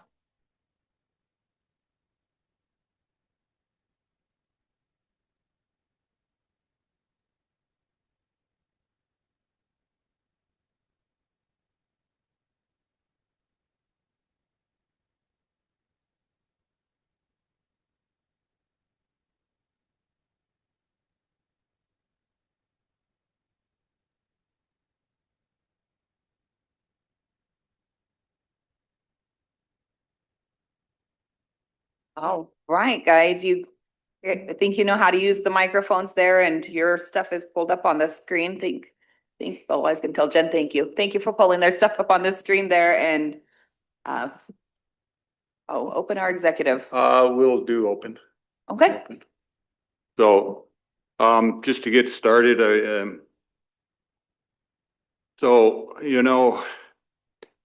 anger and fear is what holds a person back. But you cannot be fearful or angry when you have gratitude. So before we get started, I'd like to have everybody go around and tell what they're grateful for. And I'll get started. I'm grateful for my family and friends.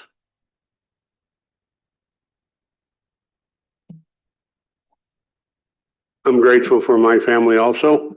I had a daughter that hadn't talked to me for about 30 years. She come home this summer and made it to our family reunion up to Southport. So I'm good. Life is good. Thank you. Go ahead, Carol. I'm grateful for the same thing, plus my grandchildren, especially important to me. Thankful I got to wake up this morning. I'm also thankful for my family. They showed up this weekend from Reindeer and I was really happy to see them. I think family's the big one today, especially after that nice celebration and everybody home. It really is good. Really grateful for the family. Thankful for my family and particularly the ones that have overcome addiction in the last few years and are on a good path of sobriety. Definitely family and friends, as I mentioned in the prayer this morning. One of the unique things about family, especially this weekend, is my daughter came from Oregon and she brought her new boyfriend. And he'd never been on Flathead Lake before. And I said, okay, what do you guys want to do? He said, he took us for a boat ride. I said, okay. take you for what's a Friday, after quarterly, went on a boat ride out on the lake. And one of the greatest things there was that we went to Wild Horse Island, and I'd never seen that many sheep before in my life. It was incredible because been around Wild Horse, my whole career, and been out there, I don't know, a couple hundred times. But there was literally 150 sheep dotted along the shoreline, along the west face there, facing Cromwell. And it was just incredible to watch them, sit there and watch them. So having a family and doing something together like that is a memory of a lifetime. So I'm thankful for that. I am grateful for my family, and I'm also grateful that I'm able to continue to serve the members. I am grateful for my family as well, and in particular for getting to meet my newest great-grandson at the Arley Powwow over the weekend. Finally got out of the NICU and got to hold him. So I'm also grateful for you asking us to pause for a moment and think about what we're grateful for. Appreciate that. I think we got a few others in the room. So Greg, Jordan, Jen, we'll start with you, Greg. I'll go really fast. I'm grateful for family and here at work. I too am grateful for my family, but I'm also grateful for the ability to serve you and by extension to serve tribal members. So thank you for that. See you guys. I'm grateful for my coworkers. It's nice to come in after a long weekend and be able to smile because you like who you work with. So Thank you, everybody. Honorable tribal council members, fellow tribal members, staff, and guests. Thank you for the opportunity to speak today. Several years ago, this council made a clear commitment when you passed Resolution 2186. You declared business ownership and job opportunities as top priorities because you understood that true self-determination and sovereignty require our own people building and owning businesses that create jobs, generate revenue, and support our families and community programs. Today, we have a powerful tool to turn that vision into reality. Ordinance 101A already gives strong Indian preference in contracting. But with the scale of our current and future contracts, we can and should do more. We propose a targeted amendment to Ordinance 101A that adds a new section establishing a mandatory 50% participation goal for certified CSKT member-owned businesses and tribally owned corporations across all tribal contracting. Key elements of the amendment applies to all departments, programs, enterprises, and tribally controlled entities. Covers contracts funded by tribal resources, compacts, federal agreements, and other sources. Gives the highest preference to tribally owned corporations, followed by certified CSKT member-owned businesses. Requires clear compliance plans, flow down to subcontractors, regular reporting, and real enforcement, including penalties for non-compliance and liquidated damages. Includes strong support, technical assistance, bonding help, training, and mentorship so that our businesses can grow and succeed. This is not exclusion. It is inclusion with intention. It builds real capacity in construction, engineering, material supplies, technology, and other sectors. Every dollar that flows into our businesses circulates here on the reservation. Every dollar that flows to our businesses circulates here on the reservation, creating jobs for our members, generating revenue for our tribal services, and advancing our priorities on housing, health, culture preservation, and self-sufficiency. Other tribes have successfully used strengthened preference policies. We can do the same while respecting requirements by applying the strongest allowable preference wherever full goals cannot be met due to funding rules. Council, this amendment honors the vision you set in our priority resolutions. It honors the hard work that secured our water compact and other funding. Most importantly, it honors the future that we want for our children and our grandchildren. A future where tribal members own thriving businesses and our economy works for us. I respectfully ask that you direct staff to finalize this amendment to Ordinance 101A, bring it back for a vote at the earliest opportunity, and make it effective so that the upcoming projects reflect our values and our priorities. Thank you.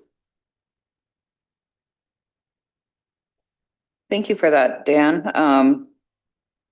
I read through it. There's a few spots in here where I think I'd like legal to look it over as well.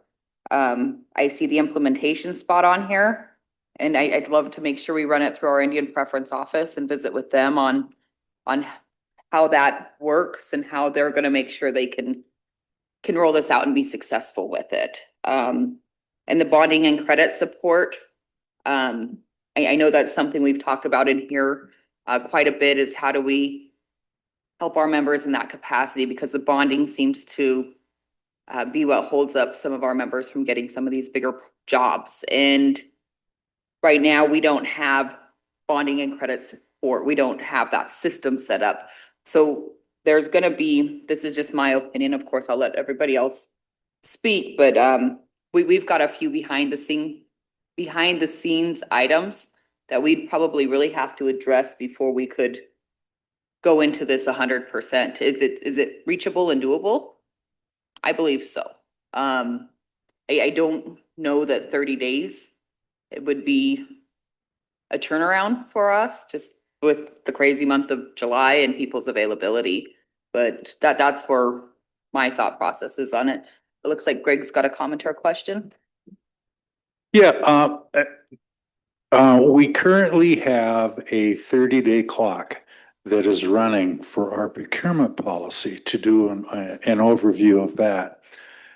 This ordinance for Indian preference kind of fits hand in glove with our procurement policy, or it should. Okay, so what I would like to propose is a motion to have the review of our procurement policy simultaneously occur with the review of the Indian preference policy, because they really do have to work hand in glove. Tom? Just one question. So, we're trying to beef up what we got going on, like really set up a tarot office. That's why I look at this. So in your discussions, your thoughts, and I didn't have this conversation with you, is that we assess fees to businesses that, to help pay for enforcement and staffing, this kind of thing. Do you have any thought processes on what's appropriate for, a fee for anybody engaged? Because anybody would be awarded a contract would have to pay that to help pay for the implementation of this. So you have any thoughts on that? And that's what's tough about us bringing this forward, because we're not part of the organization. So that's the kind of stuff that we're hoping to get back from staff, their recommendation on that type of, what they think is best for the organization. We just think that there should be something there so that, that makes people pay attention. If they're paying a fee, if they're paying money, they're going to say, oh, this is important. At least in my world, that's usually what happens. And along those lines, Tom, I think that the state and the federal government, you can go along those guidelines, what they charge on different jobs. I know factually that the big contractors I know that are non-tribal that's worked all over the United States and Canada. They pay that fee right up front. And they tell me before they enter some reservations in Montana, there's a sign as you enter the reservation. You're entering a taro zone, blah, blah, blah. So I think we can help in any way, but again, I think you guys have the expertise hired that they should be the ones deciding this is what's a fair amount to charge the non-members that come in here and do business. And that should include whatever you guys need to hire for the personnel department, how they're going to enforce that, because that's going to be one of the issues that you guys are going to bring up. How are we going to enforce that? But I know factually, my son Francis worked on Belknap, I think it was, and he told me every day, Dad, the same old guy came. And I said, I'm the same guy I was yesterday, jokingly. And he said, this is my job. And he took it very serious. Wrote his name down, what tribe he was affiliated with. That's what I'd like to see here, something like that. Yeah, we assess a fee currently, you know. Correct. It's just that if we were to go, for me, it's like expand it the way we need to collect it on everybody. And because that then you get your best, you got to have that personnel. And we have like one person up there, right? So, I mean, we need to do something effective. We need to beef up the personnel to do that. I agree totally. And somebody that will go to the job sites and ask for a roster and ask them, who are you? Where are you from? Are you a tribal member? Yes or no? And they need to report back to you, and in a timely manner. Whoever is running the show, personnel, has the authority, and that this gets into authority, shut them down until they come into compliance, or shut them down completely and put it back out for bid. Carol, go ahead. That's what Melinda does, is goes to the job site. But the reason why, if I remember right, the reason why the tribe never went with Taro is because they wanted our members to be first in line, not any Indian that walks in the door and applies and has the best bid or whatever gets it. This way, without Taro, we serve our members first in any situation. You may not agree with that, but that's why we never went with Taro.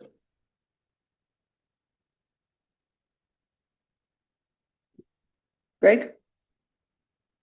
Yeah, along those lines, one of the discussions when we talked, a few weeks back, that we didn't touch on, but I see that you have here, is the preference where a tribally owned corporation would be given preference over a tribal member-owned business. I'm kind of curious about what your reasoning is behind that, as opposed to flipping them the other way around. You know, and this, me and Fran probably disagree a little bit on this part. Tribal owned corporations have the ability to secure some of that stuff that the smaller guy can't. So if they have the preference to get it, and then the flow down charts to the subcontractors are all in place, then they can assist those tribal members upward. That's kind of my thoughts behind it. And I know Fran doesn't quite believe that, but because his worry is that they're going to get all the work and the tribal member is going to be the one, and that is a fear. But if it's done the right way, then everybody should get part of it. And to add to that, what I see in the real world is usually the guys that get paid by how much of the job they get done by the end of the day work harder than the guys that don't have to get anything done, and they still get paid at the end of the day. That's the fear that I have with, I want this to be successful, that all tribal members, as soon as they start being successful, you're going to see a change, in my opinion, on how people live, the addictions that they previously might have had, when they're given the opportunity to be successful, that is going to make a life-changing situation for a lot of people that I know. And when you're not given the opportunity to even bid, and all there is big white, 4 or 5 white guys offering the job to, and the tribal member doesn't even get to bid. That's what this is supposed to help. A factual example, the tribes, and I'm using that loosely and not in a bad way, because I don't think you guys was probably even aware of it. I did a fencing job at the new casino. The bid was around 79,000, I think it was. It had to be done right away. So we stopped doing one fencing job to get the security fence so they could start.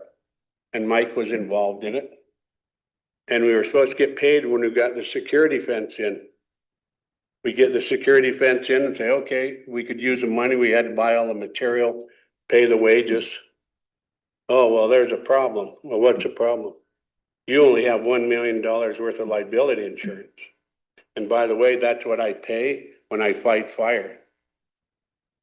So there's homes, $1 million homes being burned up, and I still have to only have $1 million.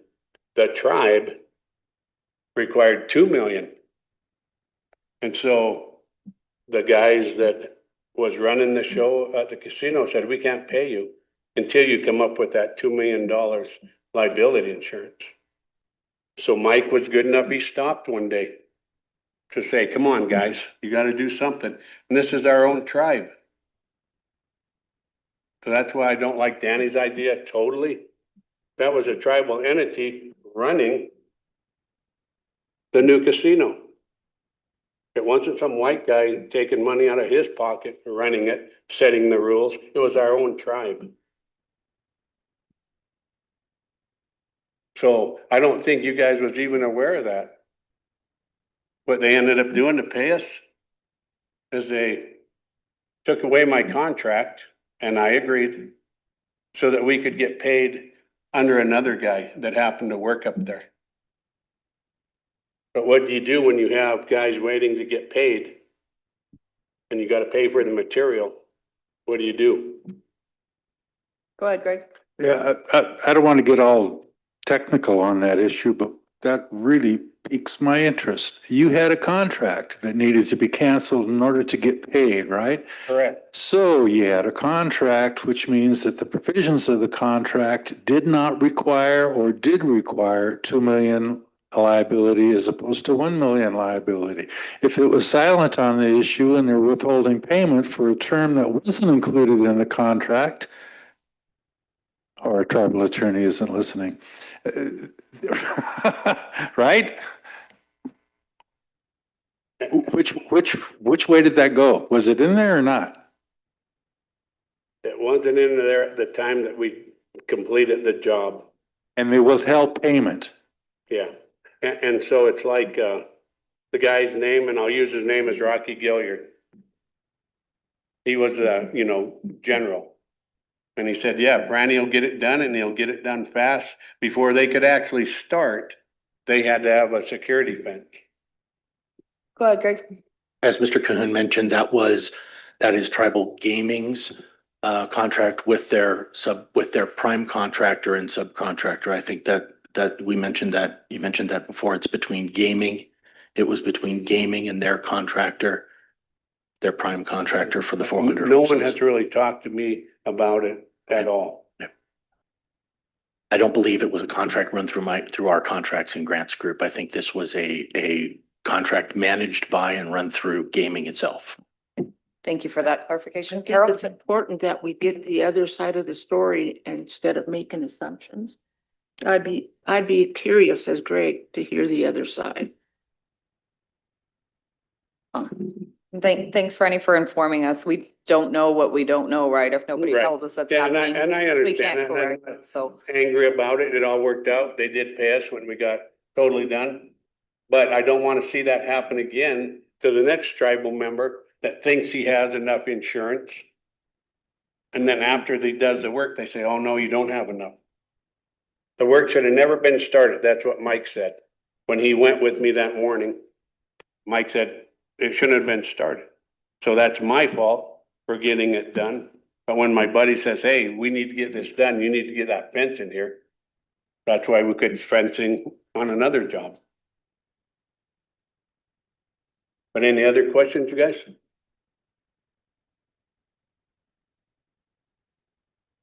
I'm not seeing any other questions. I appreciate the information and that push for us to really work harder to get our tribal members the work. There's that compact money there, and I'd love to see it recirculate to our tribal members and into our tribal economy. So I really like this. Oh, now I got two hands.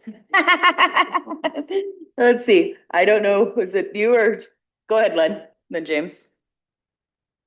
Okay, thank you. First of all, I want to thank you too for coming in, and I really appreciate you both taking the time to meet with us individually, because it helped me better understand where we needed to go, what we needed to do to get this done, and how what the literature that you or the proposal that you brought forward, how that would impact our future contracts, especially when our water compact money. We have a lot of contracts coming in. Just a few weeks ago, we reluctantly approved 2 contracts to Knife River. We had a tribal member that was inquiring about this, and we didn't quite know what the status of his bid was or his proposal. Of course, we don't really ask for details of that anyway, but there were some questions. But if we would have had this implemented, there wouldn't have been no question about it. And it puts us in a really bad spot, because we know that this job needs to go forward. But from here on forth, we need to have something in place. We have just way too much funding coming in. And you know what? Most of that money is going off the reservation. And we don't ever, well, at least I don't want to speak for the entire council, but I don't ever see a report on how much of that money goes to our membership. How many of our members are being employed? How many of our subcontractors are being utilized on a lot of these projects? Jocko Restoration, that's a huge one. The North Fork. The North Fork was a $40 million contract. And when we took a tour out there, I didn't see any tribal member subcontractors. Maybe they were there, but I didn't see any. Reviewing your guys' proposal, what some of the questions I have is how this would apply to some of the contracts that SK Technologies has with other entities. SK Electronics, they have Department of Defense contracts that are specialized for certain things. Like, for example, they were making gadgets for F-15 jet fighters. But yeah, we need to start being creative, to start thinking, how can we utilize our contractors or our tribal member contractors to get involved in that? Because I don't think we've ever sat down and said, look, how can we do this? How can we get this done? But this proposal that you brought forward provides a framework for that we could start with. And I think it's really important that when we do, as Greg mentioned, that we do a review of our procurement process and that we put a time frame on this. We don't talk about it today and then asking about it next construction season on where we're at with it. I think that's extremely important that we make sure that we get this policy implemented into our ordinance as soon as we can, because it's just been too long, right? Way too long, and all of the funding that we've missed out on. But like I said, I appreciate you too with all the effort. You guys, I know it was a lot of effort to try to meet with all of us. And I really appreciated the visit with you guys because it helped me learn a lot. So thank you for coming in today. And I challenge us here that we need to get this done. So thank you. Oh, I got James and then Carol. Yeah, thanks, Mr. Chair. Thanks, gentlemen. I want to see us put this in the process of being reviewed, and I'm not quite sure what that motion would look like, but I'm open to suggestions. I don't want us to just talk about it and then not get it in the review process. And so, that's kind of where I'm leaning, is at least we can get it taken under consideration and have our staff look at it, legal and such, and make recommendations to us.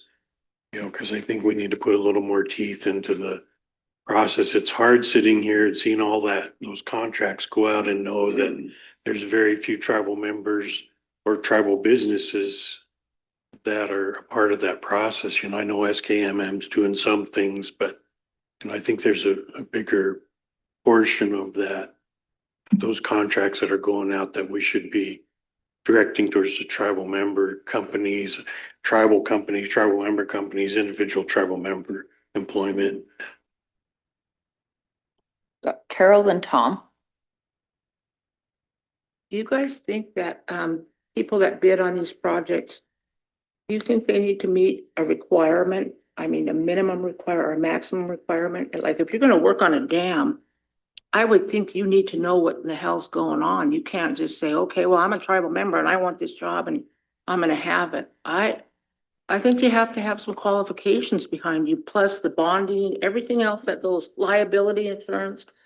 I mean, that's huge for this tribe if something was to go wrong. And so I'm kind of hearing some things like, well, we can just hire tribal members. Well, they need to have the qualifications. I know your family has a lot of those things. And I know there's some of the top people here on the reservation, your family and the work they do. But I'm just curious, do you think that should be part of this? Well, I believe that we want the work done and we want it done right. I also believe the membership has the capability to take on those jobs. We might not be an engineer, and I'll use myself an example. I can hire an engineer. Right. I can hire an architect, designer. I can do all that stuff. And there's other tribal members that have that ability too. And while we're doing that, we're building capacity for ourselves so that we're able to get some of those jobs and be more efficient in the future. And that's where it starts. I mean, yeah, it could be a rocky road to begin with, but unless you start now, it's just going to keep on going down over. We're just going to talk about it. So is there anybody that's actually doing that, Brandy? Are you doing that? Do you hire an engineer or do you hire an architect? I did hire one from Texas on the first project, and I couldn't get the bonding. But I did have a guy from Texas. I think he met with Seth Makepeace and a couple other guys. So yeah, Dan's right. For the right amount of money, you can hire who you want to do the same job as Knife River, as Dick Anderson. The big difference is it would be a tribal member that they're going to be working for. They're not going to get the cream, so to speak. And you're totally right. We don't want to fail. That's not what this is about. This is about qualified tribal members. I have talked to one department head that said, just like you said, they hired somebody and the tribal member didn't do a good job and they ended up having to hire a white guy anyway to do it. That looks bad on all of us as contractors. Just an example here, and this might be, well, a few years back when Rick was back here, I was having a conversation with him and we were talking about procurement, you guys buying stuff. And I said, wonder why the tribes don't look at my business. It says buy, sell, trade, pawn. I buy new vehicles. How come they don't come to my place and say, hey, we need to buy 20 new Ford trucks? And then I call Don Atson and I say, so what kind of deal can I get on a new truck? Tribes need to buy them. Say they sell them for 40,000. 41,000 to the tribes. You're building a tribal member business up by doing that kind of stuff. And you know, it's to me, it's crazy. It's crazy because we have to put something like this in play. Me as a tribal member, everybody that I've ever hired has been a tribal member besides my own family. It's built in me. I don't need something to tell me to do this, but I understand why we have to do it. But that's the way it should be. We want to lift everybody up. We want everybody to be successful. It is going to be hard at first, but if we start, it will get better, and we have the ability to do it. And along those lines, if you guys, and I'm sure, well, I'm not sure, but I don't know if you guys know how some of this is not bidding on some of these projects. It's, you propose a price, then you hear through the grapevine you don't get the job. And I say, so who got it and how much? So that I can learn. Maybe I should take some off my hauling. Maybe I should take a little money off my excavating. Do you think the tribe tells me? I have an email and he's sitting here, so I think I can talk about it, right? I sent him an email saying I would like the top 3 contractors, no names, top 3 contractors on this reservation the last 3 years and how much money they made. So that I could prove to you guys how much money is leaving the reservation. Nothing happened. A few weeks go by and I know he's a busy guy and he's a friend, so I'm not bad mouthing him. He's sitting right here so he can say whatever he wants. I asked him, what's going on? How come you're not responding? He responds in another email. I ran it by council. They don't want to give you that information. I ran it by legal. They don't want you to have that information. How are you supposed to learn how to bid if you don't even know what the price was that it went for? How do you even know when they negotiate? I did find out we got a contractor and we're negotiating with him. And my question was, negotiating what? Thank You you. think I got an answer? We not. So this is what bothers us. Yeah. Let me have Tom ask, comment or question, Tom? Yeah, thank you. Just the one of the critical things that for me and the dilemma that we find ourselves in, I gotta go back in time and when we created the college, one of the founding things that the college was supposed to do is vocational training. So carpentry and all those skills. And they did. They started doing, and then we had PATCOR, which is really important. And Larry worked on that and a few other folks and created journeyman carpenters. And each one of those individuals started their own business. One's still in business today, Steve Samsel. But it was that kind of a training program. So when I look at this and I think about the way that we were trying to, at least I was trying to get technologies through SKMM to develop a training program along with what they were doing. Because it's so critical. It's not just the opportunity or the dedication of a certain amount, but it's that training, it's that experience. It's that, and you're both talking about experience. And so to me, it's like training is an important facet of a Terrell program. It has to be part of the components that we're training people. We're training people to be businessmen. We're training them to do this particular task or provide this particular service or these goods. And training is the key thing for me. And so that's what it's not in what you've got here, but I think that's where we get. I always all yell and scream about 477 money. You know, Carol brought it up today. You know, there's one people in here asking for chainsaws, you know, to help us get out there and get to work. You know, was there 477 money to help do that? There is. Is it Tawahi money out there to help do that, to lift people up? There is. And so it's like, how do we get people out of their silos and put this all together in one thing, comprehensive that it works for all of us? But, you know, when we got into the crisis of just trying to find an electrician or a plumber or a carpenter during COVID, it was incredible to see the shortfall. And so why aren't we building that workforce? You know, you got to give people the skill set to be able to do the job. As Carol was talking about, are they qualified? And for me, that's one of the organic components of making sure that we're successful. And every tribal member that wants to earn a living can do it. We got to train them. They got to have that job on the job experience, and they have to have the opportunity to get that preference, because this is our homeland. This is our landscape. This is our economy. We want to keep every dollar here. So I thank you for coming in. Thank you for my conversations with both of you. And I am encouraged by your persistence. Persistence will prevail. So thank you. I'll go ahead and pass it back to Jamie.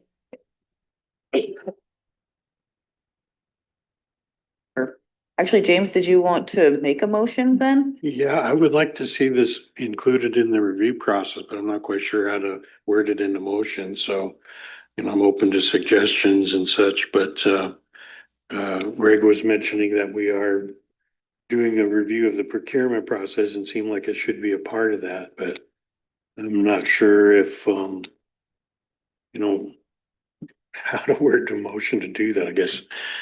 Motion to include the review of the Indian preference ordinance into the procurement review. Perfect. Second. Okay, we have a motion and second on the floor to review the Indian preference ordinance along with the procurement policy, and that is on a timeline currently. Carol? We're already a week down in the 30 days. So if I could ask Madam Chair, if you could please figure out a schedule for us to.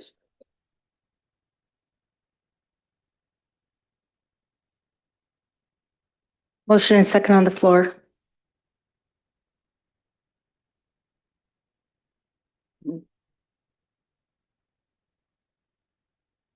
Yeah.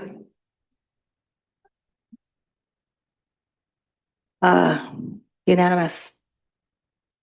Could I say one last thing? If any of you would like a layperson's experience and the problems that we lay people have, that maybe the guys that have a steady job don't have, I would love to share that information. If that even makes sense to you. Things like bonding. I wish the tribe would get away from these proposals. And unless somebody can show me why a proposal is better and more fair than a bid, I'm more than willing to listen. But right now, the big money, it's all proposals, and they negotiate something. Is it the price they negotiate? I've asked. They don't tell me. And so I don't know if you guys are aware that most of these big jobs, they're not bid. Are you guys aware of that? How is that fair? When they came in, they had a list of people who bid. So it's not like in that situation, I know there was other bidders. And I can bring stuff into to show where it's proposals if you'd like, Carol. Yeah. And anything I say, I can prove with facts. We can surely question them if we know there isn't. Can I ask a question? You mentioned that you had asked about seeing not names, but like bids and everything. Who was that proposed to? And I wasn't here, so okay. And so Dan, is that something that we can't share that information even if there's no names attached or? So. Sorry. So is that something? Because we would like, what I wanted to know as a tribal member is how much money the non-tribal member contractors were making and taking off the reservation. That's what I wanted to know. Is that something I can get, or any other tribal member? Is that public knowledge, I guess? Take a look at it. Okay, so I should direct it to you then, Dan? Is that what you want me to do? Okay. All right, thank you. And I have one request too. When you guys are going through this, I would like to be part of the process. I mean, we don't have to sit in all the meetings, but any kind of the notes or anything that comes out of your meetings, I would like to be able to review them. Just to kind of, you know, keep up on it, make sure. What was the date, did you say? 30 days or a week down, so 3 weeks? So. Yeah, and what I would like to propose, I haven't talked to the council about this, but it's been in the back of my mind when we started the clock, the 30-day clock on the procurement policy, is that our process is going to include towards the end of it, once we have some sense about what it is we want to do in that policy, would be to have a public meeting where we invite all of the tribal entrepreneurs in, everywhere from a construction worker to a technical worker, all types of businesses to come in and take a look at what it is that we are working on to get that feedback, to get that tangible experience, if you will, of being on the contractor side of the table and incorporate that into the policy before it is adopted by council. So every tribal entrepreneur, in my view and in my hope, is going to have the opportunity to shape and to comment on that policy before it's enacted. Dan, is entrepreneur included in the capital ordinance? I have to check on that. Tribal Administrative Procedures Ordinance?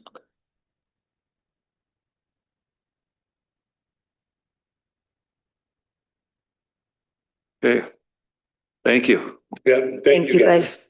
Thanks for coming in.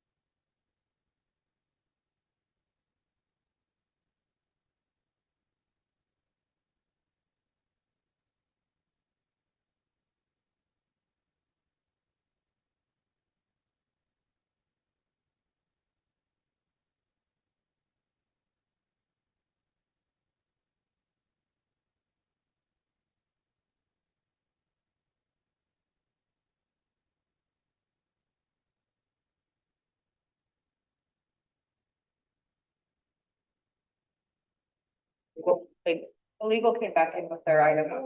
We couldn't finish it.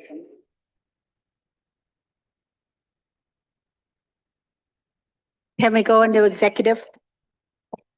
Out of regular session into executive session